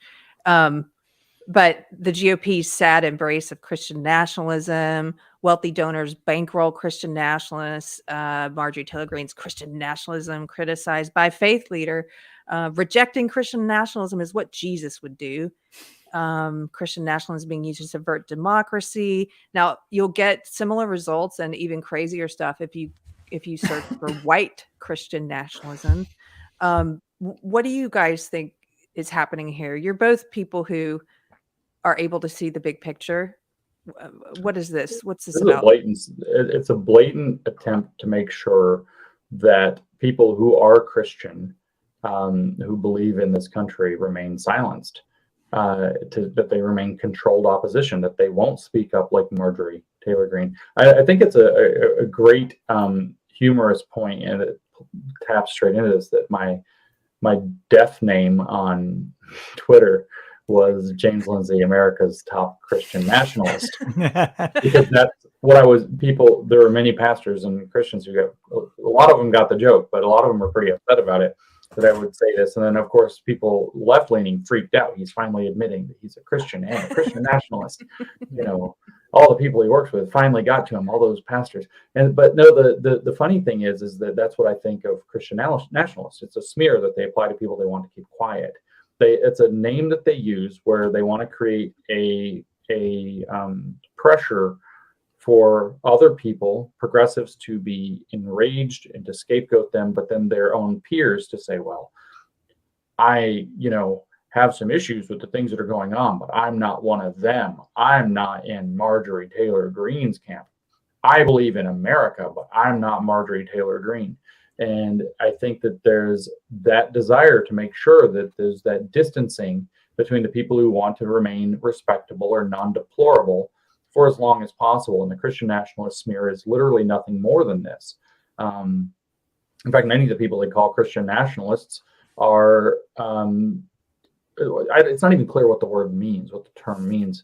But what they're implying is, in fact, that they're some kind of, bigot and some kind of a horrible fascist person. And there's just nothing that resembles that.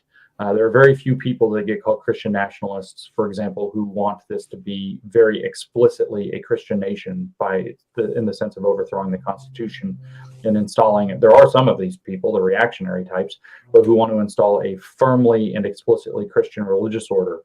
Everybody who understands why this country was founded and what the First Amendment is about, and the fact that it protects belief more than it protects anything else. It doesn't protect the state. It protects your ability to believe. Understands that what's being implied by Christian nationalism is something held by very few people. And so it's, in that case, obviously a smear. It's a boogeyman word that they've created, that they're throwing out. And my opinion is that the goal is to keep Christians in particular, but right-wing people also in particular, to have some motivation to distance themselves from the people who are speaking up and saying, well, if it comes in a pinch, if it's some general thing, I'll say, yeah, well, I know Marjorie, she's okay. But if it comes to anything like a pinch, whoa, I'm not like her. I am different from her. And if it comes to in the quiet, I say things because she's a colleague, but if you ask me, I think she's a bit nuts. They want that happening everywhere. They don't want people standing behind the people who stand up. And the number of people who are standing up is increasing, so it's making them scared. And the goal is to keep, whether it's these winsome Christians or it's these general, conservative voices who are becoming a little more aware, or in particular, Democrats who are disaffecting, whether religious or not, whether Christian or not. They want people to have this entity of the scary Marjorie Taylor Greene, the scary, whoever else it happens to be. I was going to say Donald Trump, but I don't know if they call him a Christian nationalist for sure or not. The me of the world. They don't want people backing those people up. And that's the main motivation, to keep distance between people who would support the people who are standing up and those people who are standing up. There's been a couple of academic books lately published on Christian nationalism in the field of sociology. And, they always have to define what they mean at the beginning. This is what we mean by white Christian nationalists or just Christian nationalists. And I go through the list and I think, I don't know anyone who believes these things, and I've done some speaking at the freedom rallies and things like during COVID and all that. I met some pretty extreme people, and I would say some of those people are idolaters. They have a real confused view of America and in Christianity in a weird mix. But, they say things like, well, these are people who think that the Constitution is inspired like the Bible's inspired. I don't know I've never met a single person who declares themselves to be a Christian who thinks that, right? That it's inspired in the same way. And just some of these just radical claims. So my suspicion is that it's like when you have one of those protests and the media come, and who do they find to interview? The people that are the craziest people they can possibly find, right? The people who are going to represent this, this particular protest in the worst possible way. And, and then they mine it for some clip where the person sounds like a complete lunatic, and maybe they are a lunatic, right? So I have this suspicion that even in at the academic level is, they're narrowing that definition so much so that they just pull out people that are, either really idolaters or maybe they're really actually crazy. So it's skewing the data, but I don't like the term, I think because it's ambiguous and because it's, it's used in the way that it's used. So I try to avoid it. But yeah, it's clearly, as James said, it's clearly an attempt to silence people. And also it's an attempt to say these people are dangerous, right? These people are domestic terrorists. It's to lay the groundwork for, I'm assuming what comes later, which is, we now have the authority to do something about this, to violate their rights and to, get rid of them because these are terrorists. We can't treat them in the same way that you treat American citizens.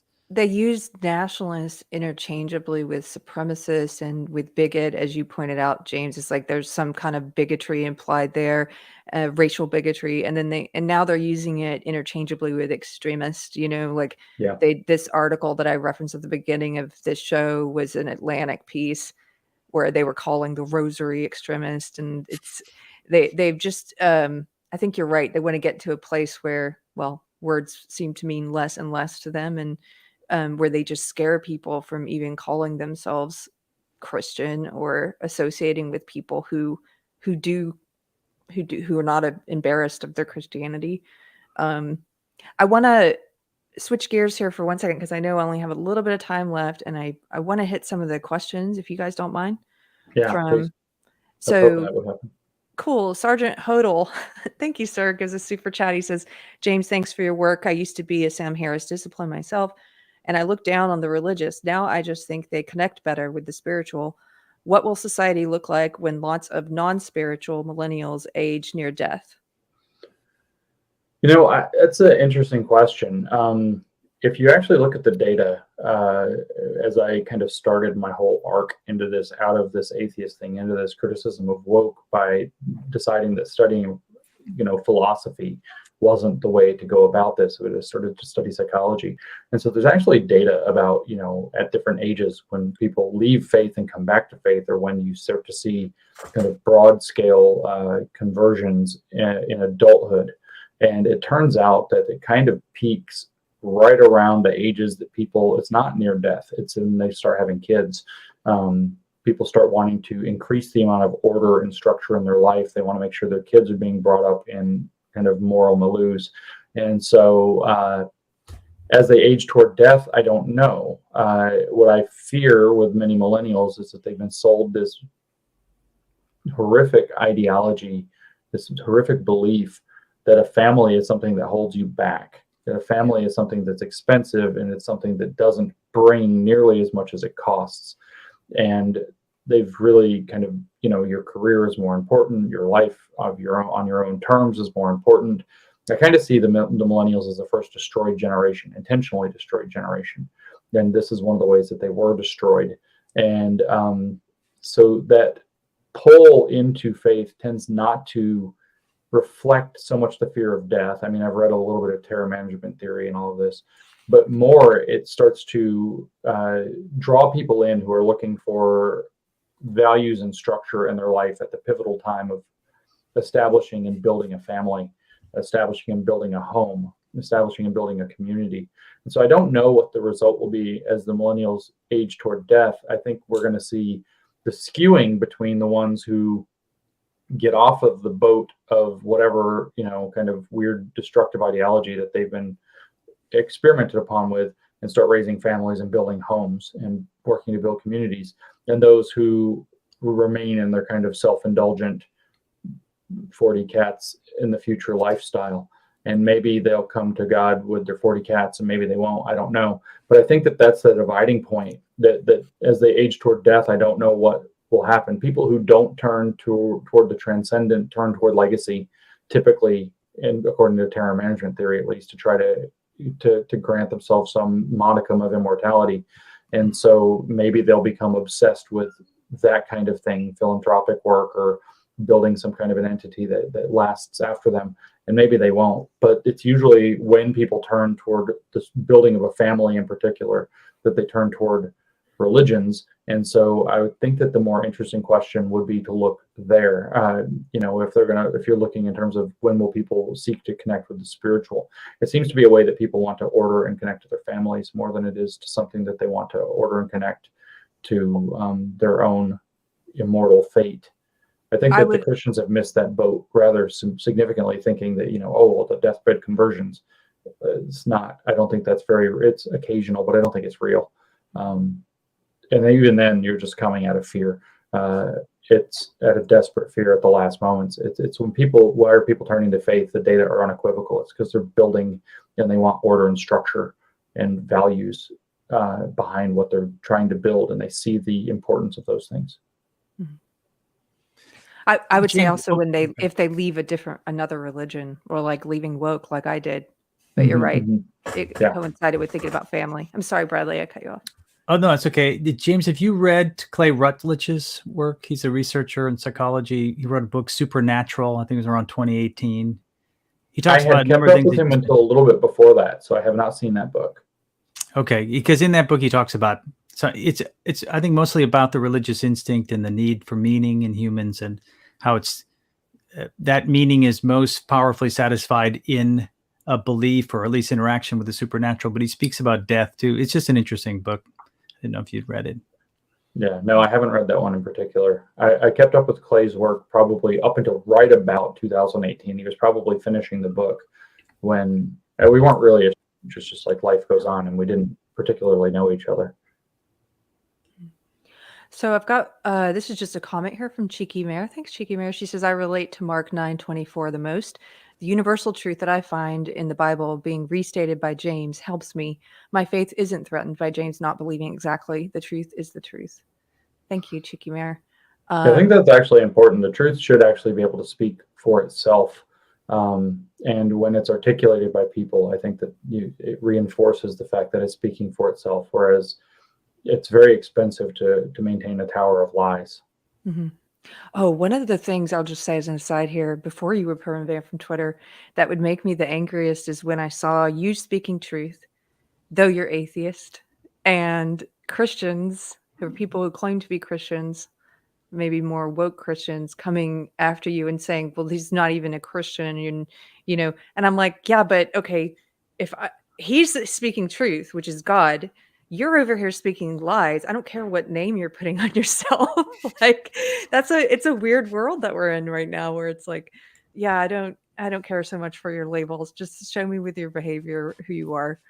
But okay, Noah says, has James ever considered something of Satanism? Marx quotes Faust and his drive to destroy existence to remove the human individual from existence. Do either of you I know what this is assume that about? have I considered communism is of Satanism. Oh. And I mean, I've read The Devil and Karl Marx, and I find the argument to be quite compelling. And I have read, Marx didn't just quote Faust. Marx actually wandered around quoting a particular character from Goethe's Faust, which was Mephistopheles. So I think that in fact, Marx identified himself strongly with Mephistopheles. By the way, if you actually go and look at the World Economic Forum's kind of bigger documents that they put out, they have a book, for example, the World Economic Forum, the first 40 years, and it opens with a quote. Turns out it's apocryphal, but it's widely attributed to being from Faust. And that's uncanny. And you find that they do often, though, speak. If you look up the definition for truth in Marxist.org in their encyclopedia, they actually quote Mephistopheles via Goethe in Faust for the definition of truth. And so this is a long discussion, and what does that mean? But I think by the repeated invocations of Genesis 3 and the serpent, I think it's quite clear that I do think that this is that kind of construction. Whether Marx was intending it or not, and his father said, of course, that he was possessed by demons or something like this. It was a Lutheran. I don't know, because I don't know what that means, but Marx may have been very strongly inspired by this. But the construction of an inverted anti-Christianity that operates in an inverted way by first taking God as a process, and then secondly putting man as the ultimate end of that process is, I think, quite explicitly what you would have when you are dealing with kind of what's believed to be satanic. Then if you look at what these words mean, actually, what do you have? Well, you have deception, you have accusation, right? And so those are the two key names, going back to the Greek. I think for the Greek, maybe my languages are wrong, for Satan, is that you have the deceiver and the accuser. What do? They just go around and accuse everybody of stuff all the time. You're a fascist, you're a racist, you're a this, you're a that. Constantly, you're a Christian nationalist. A constant accusation, and then constant deception. So whatever those, whether it's mythological, whether it's spiritual, and whether it's transcendently real, or whatever it happens to be, I think that it's unambiguous that the word satanic applies to the entire cult very clearly. It's not probably a coincidence. I don't know if you've seen, but some people, as happened, I got kicked off Twitter by this particular trans individual in Brooklyn. And people went digging into said trans individual immediately in frustration, and discovered again and again said trans individuals, taking photographs around New York City of pentagrams and satanic iconography, 666s, where they see them and saying, I dig it, I'm with it, blah, blah, blah. And so kind of declaring themselves in allegiance with that, destruction of the good and the ordered, and clearly in a living embodiment of the inversion of the real. And so, yes. Doesn't surprise me.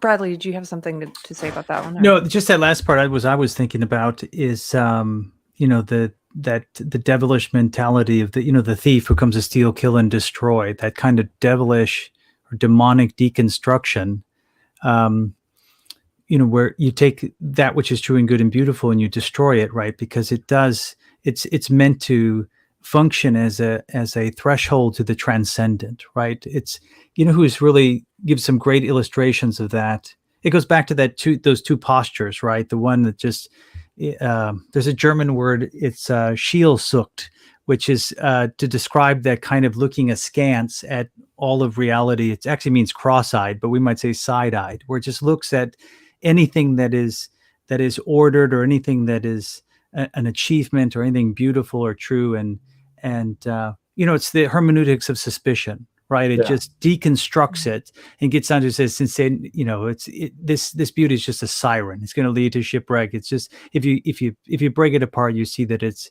meaningless and worthless. And again, as I said, I think it's coming out of a deep sense of self-loathing, of inadequacy. And you think about it, this is sort of Satan's project, right? He's not going to stop God. It's not like there's two equal forces and they're going to battle it out and see who wins. He's a creature, like everyone else. And if God wants to eliminate him, that's it. There's nothing he can do about it. So the only thing he can do is attack his image bearer, right? He can try to drag as many of his image bearers down with him into the pit of hell as he possibly can. And it's kind of like, the villagers who are angry at the king, right? But the king's up in the castle and they can't reach him and he's protected. And so what do? They burn an effigy, right? They burn someone in his image. They destroy something in his image. And there seems to be something similar. C.S. Lewis talks about that, the abolition of man, right? This is an abolitionist movement, and they want to destroy the thing that reflects God's glory the most, which is man. So yeah, that's the spirit of the Antichrist is what it is. One of the pastors at the conference I was just at mentioned the idea that where God presents having true power, Satan, of course, has no power. And so what he must do is occupy positions of worldly power in order to achieve his agenda. And so what do you see? Well, it's always implemented bureaucratically, kind of in exactly that way. Its intention is to antagonize and then seize the means of production and then establish a dictatorship of worldly power to force its ideals. So again, I mean, whatever those words actually represent, and I'm in no position to step on anybody for whatever they want to do with them. I think that it's unambiguous that that's what's going on. Just a quick question for me. What happened to your music through the decade stream? I missed it and it's gone. Tuned in for a moment and I heard Freddie Mercury summon. Anybody who's looking for that stream, you can go to Rumble and it will be on Odyssey soon. And YouTube took it down. That was such a fun show. We just went through, we went through music, Mr. Chris and I, and tried to come up with an argument for why music sucks now by starting the 1890s. And I knew we were going to get taken down. It was fun though. Let's see. Here's one, and I'll address it to both of you. Jesus and Confucius have many parallels. What say you, James? I mean, they do in some respects, and not in others. They many parallels, but not absolute parallels. And then I know a bit about the Confucian philosophy. I know a lot about Chinese philosophy, but I'm not exactly a Confucian scholar. What I would say is that since I don't claim any particular metaphysical orientation or spiritual orientation with any of these things, is that there is an underlying truth. And I would be content to say that, Christians believe that Jesus got it exactly right. I would say that that tradition gets it very close to right, and that Confucius got it somewhat less right. But there is an underlying truth to the world. There's an underlying truth to humanity, and that any very perceptive thinker should be able to sit back and perceive something of that and make something of that. So that might explain those. And I will warn, I've got to go in just a moment. Okay. Last one. And I'll ask both of you this question. It's not a super chat, but Ken Lipson says, can you ask the pastor how he interprets the Tower of Babel story? I think that's a great question for both of you. Maybe that could be our final question before you take off. Boy, can I not give I can't give the long version of it, but I essentially what I believe is after I go. Yeah, okay, maybe you go first. Maybe you go first and then I'll give the longer version. I mean, I've kind of already tapped into it, and so I will be brief. I actually am mentioned the story a moment ago. And so, this idea that humanity is going to come together and build this gigantic tower, that they're going to, in essence, be able to reach heaven, quite literally, is the point of the tower.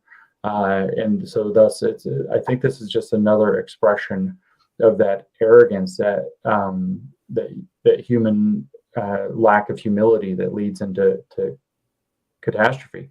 And it says in Genesis there, it says that I'm trying to remember if that's Genesis 6 or something like this. It's been a little while, but it says in the story in Genesis that they all spoke one language. In other words, if you understand the way that the Bible constructs the idea of words and human beings with a relation to words, that they were all of one mind, and thus they attempted to make a stairway to heaven or a tower to heaven. And then God saw that this is there was nothing that could stop them when they all worked as one mind from stepping out of their potential station or their potential position of righteousness. And so he strikes it down and scatters them and confuses their languages. In other words, he gives them independent minds to see problems differently and put them in different places. And so I see it as a profound metaphor for what's happening right now, is that humans think that they can overcome what's right by Marxists tend to think that you can overcome what's right by becoming into one kind of universal line of thought or mentality. And that if we can all just get on the same page and realize our true social nature, then nothing can stop us from transforming society, man, and the world literally back into the Garden of Eden. Herbert Marcuse says literally that the goal is to get back into the garden by taking a second bite of the fruit of the tree of knowledge. And so I see that story as a warning against exactly that kind of hubris. And I'll have to leave it there to the pastor to go as long as he wants. And sadly, I'll have to come back to hear it later, because I'm in Eastern time over 3:00 that has now arrived. So James, thank you so much. Will you just tell people where to find you online now that you're permabanned? I know you think of the New Discourses website, but where else can they find you? Yeah, the New Discourses website is going to be key. I am currently active personally on Truth Social. My team at New Discourses, my social media helpers, said it's too complicated for their lives if I'm posting all over the place. And so I will primarily just post actively on Truth. I don't particularly like social media now.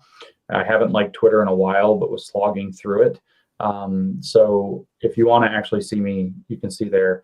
I answer my messages on Instagram and on Getter. They both have direct message options. If you want to send me messages in either of those two places, I will probably get them. And so, that's a way you can connect with me more directly. I know I had open DMs, and so a lot of people took advantage of that on Twitter. But as far as content goes, keep an eye, especially on the New Discourses YouTube channel, because my podcasting time has increased. And so I will probably be podcasting more and putting a lot more material. It's already hard to keep up with, so bless your hearts. But that's where you're going to find the most content. And keep up with the website, newdiscourses.com. And as I figure it out, I'll make it clear where I'm going to be located. Maybe Truth will catch my attention and I'll be a little more active there. Maybe Twitter will let me back in. Who knows? But for now, that's the story. And it's at Conceptual James still, and at New Discourses. Well, thank you very much. I'm so happy you were able to do this. Yeah, me too. Thank you. And I'm sorry I have to miss the answer, but I'm late. You can hear it later. Yeah. Great to meet you, James. Thanks, man. Likewise. Yeah. Take care. Okay. So Bradley. Yeah. That question, I already lost it, but he was asking about your interpretation of the Tower of Babel. Oh, yeah, that's right. So I'll try to give a short answer and hopefully it's coherent. How I understand the creation story in the first couple of chapters of Genesis, how a lot of scholars understand it, is sort of a temple building story. That God is creating the earth as a place for himself and these creatures that he's making in his image to dwell together, right? So there's a bringing together of heaven and earth. That's what the temple symbolizes, right? The temple in ancient Israel is this place where God's presence comes down, and then the high priest comes in representing the people. And there's this connection, although it's very limited. It's just a high priest after all these sacrifices and cleansings that have to take place where he comes into the presence. That's post-fall, right? Before that, the entire earth was to be this temple.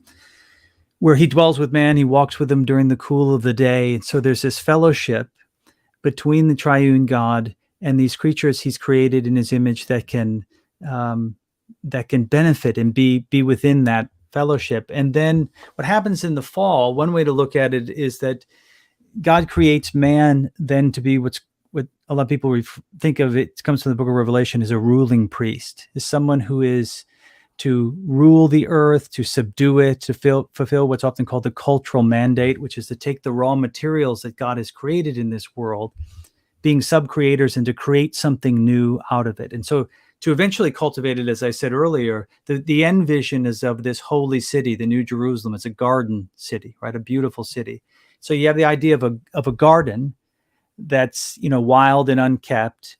And the idea is to cultivate that, bring out all of the potential in it. And then eventually it leads to this notion of this garden city. So the purpose was to cultivate the earth as man, as God's vice regent, as his ruling priest, to be sort of the focal point, just like the high priest, where, it's like the worship of all of creation will come through the high priest, through man and up to God, because he reflects his image most brilliantly. And so the fall comes and we abdicate that responsibility to the God of this world, to Satan. And then therefore we're kicked out of the garden, we go east of Eden. And then the story of Genesis, it's like every step of the way, as man becomes more and more sinful, is further and further east. It's always heading east until you get to the Tower of Babel. So what happens is man is a builder by nature, right? And so even though he's now off mission because he's outside of the garden, he continues to build. And so one way to think of the Tower of Babel is essentially, as James said, this is an attempt to rebuild the temple in a way, to try to, man himself, reconnect heaven and earth, rather than being through God's plan, which is going to take much longer. And it's the whole redemptive history that eventually Jesus becomes the temple, right? He is the one that says, I could tear down this temple and rebuild it in 3 days. He's talking about his own body, talking about his death and resurrection. And then there's this idea of the church becoming the temple. And in the new heavens and the new earth, there's a restoration of the earth and of heaven and earth coming back together. So one way to think of the gospel is the idea of trying to reunite heaven and earth. And that's true within your own soul, right? It could be true within your own family, reconciling those two things, but also on a global scale, or in terms of the universe, of reconciling those two things. So the Tower of Babel is a vain attempt for man to reconcile himself to God and to fix the problem. And that's part of the reason why it gets disbanded. Through his own works. Through his own works, through his own effort, in rebellion to God. So that's sort of the short version of it. Anyway. Just wanted to thank a couple of you guys. I'm sorry I didn't get to the 2 + 2 = 5 question with James. Plus, I think that's such a long discussion and would have taken us off course for this particular conversation. But thank you, Push-Ups. James has open DMs if you want to go ask him about that. Thank you, Binary Bard. Also had a thank you for James getting to see him in Utah, and says he wished he had brought cynical theories. Thank you for hanging out today. Thundercats gave a $2 super chat. Love seeing your name there. And Ken Lipson says, this is one of my favorite episodes. Can you have them back for part 2? Same subject. I would love to. So they're both very busy. I have to actually, Bradley was the one who was like, I need several months. Yeah. I'm just teasing you now. But I understand. And I'm really appreciative that you were able to come and do this today. Oh yeah, I'm so glad. It was so fun. Yeah. Yeah. Maybe sometime in the future we could do a part 2. This was just funny. I highlighted it. Somebody's trying to date here in the chat. Are there any Black ladies here who love our country? Wonderful place to date. The chat here at Deprogrammed. I would highly suggest it. You might find a great gal here. And Big Raj just gave her a super sticker. Thank you, sir. I want to end with something. There's so many things I could say. Oh, let me ask you this.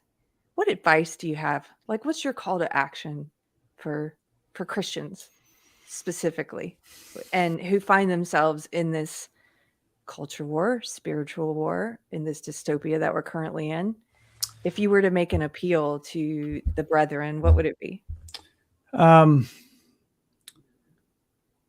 Boy, two things come to mind initially. One is to tell the truth, right? Always tell the truth. Rod Dreher has a great book about Alexander Solzhenitsyn and everything that was going on during that time. This idea of living not by lies. A lot of this comes down to, at the end of the day, are you willing to sacrifice for the truth? Do you love the truth enough to give everything up for it? And so we can sometimes get lured into thinking that, in this case, it's really not that important, or it doesn't matter, and boy, it's going to cost me so much, so I just won't say it here, but, I'll talk about it when it's more important, right? I've heard that forever. Well, if things get really bad, I'll eventually draw a line in the sand and say something. And you get to a point where you never do, right? And you just die on the inside. It's what Philip Reef, the sociologist, calls spiritual. He refers to it as spiritual death. It's like he's thinking of like Auschwitz or places like this, where they had to kill them spiritually first, and then killing them physically meant nothing because they were totally dehumanized. But they had to break them, the second death. So that's one part. The other part is for Christians, we have to remember to engage in the spiritual disciplines, because there's already some persecution coming upon us, but we're really flabby because we've been protected, isolated from the kind of persecution that we're likely to see. And so we could be really lax when it comes to, first of all, corporate worship, attending corporate worship. I'm shocked at how many Christians tell me that they don't attend worship, right? Or they only attend it online, which is not the same thing. So attending worship, engaging in regular prayer, praying without ceasing, regular study of the scriptures, not just study to know, the theology or the facts of scripture, but studying it in a devotional kind of way, studying, the book of Psalms and the book of Proverbs, meeting regularly with brethren, fellowship, all those spiritual disciplines. And fasting is another one, right? All of these are to prepare ourselves for the time to come. I mean, there's one way to think about Jesus fasting before, we were talking about this before, but before his temptation, when he's out in the wilderness, it's like, well, he's fasting in order to make himself weak so that can be, it's a bigger test or whatever. But a more positive way to think of that is he's fasting in preparation for what's about to come. He's about to be tempted in several ways, so the temptation that mankind failed in the garden, and now he proves faithful.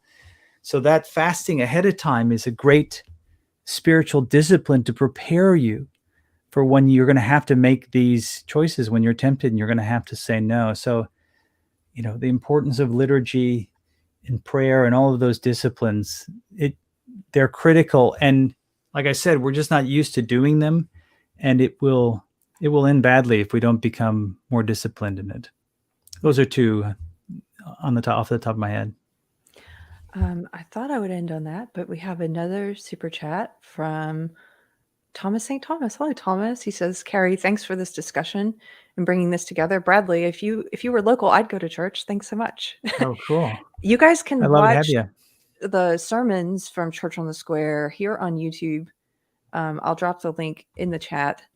Along those same lines, Samsko has a question for you. Can Pastor Bradley recommend trustworthy Bible studies? I'm sure they're meaning trustworthy Bible studies.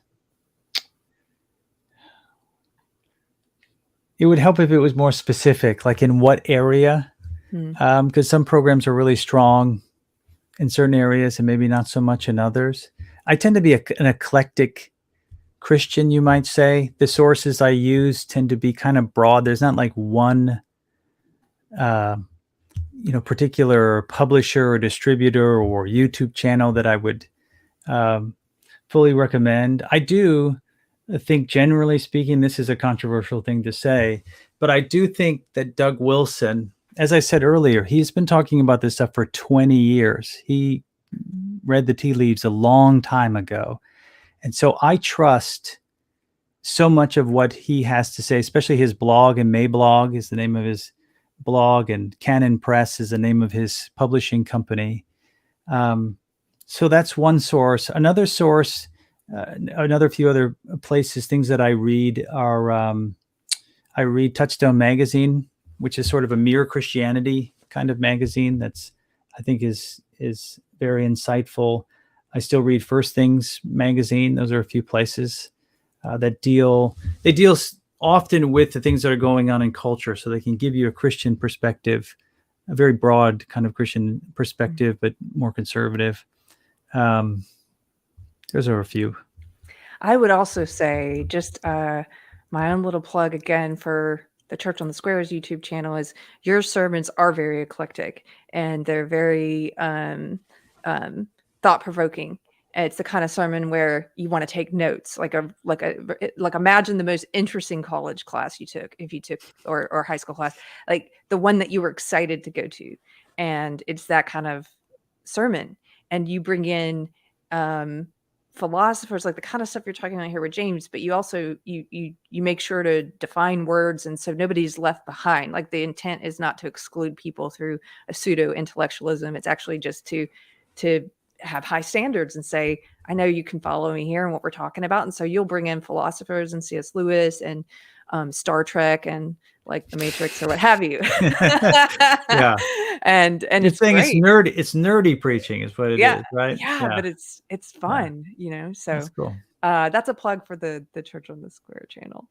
So Cool. thank you guys for hanging out with us here today in chat. Especially, I got to give it up to our atheist viewers who stuck in for this conversation. And if you like it, please consider sharing and subscribing. And Bradley, where can people find you online? I know I plugged the YouTube channel. Where else are we? Are we still on Facebook? We are on Facebook still. Yeah, so you can find us on Facebook. I do have a Twitter, but I don't know what I'm a technophobe, so I don't. Do you know what my Twitter handle is? It's Bradley J. Helger 1. Well, that's easy to remember. Yeah. So yeah. And YouTube, I guess, is where all of our content is. Mm-hmm. And Facebook pretty much links you to YouTube. So it's probably go to YouTube is probably the place to go. So well, thank you. Thanks, Bradley. Yeah, thank you. It's great to see you.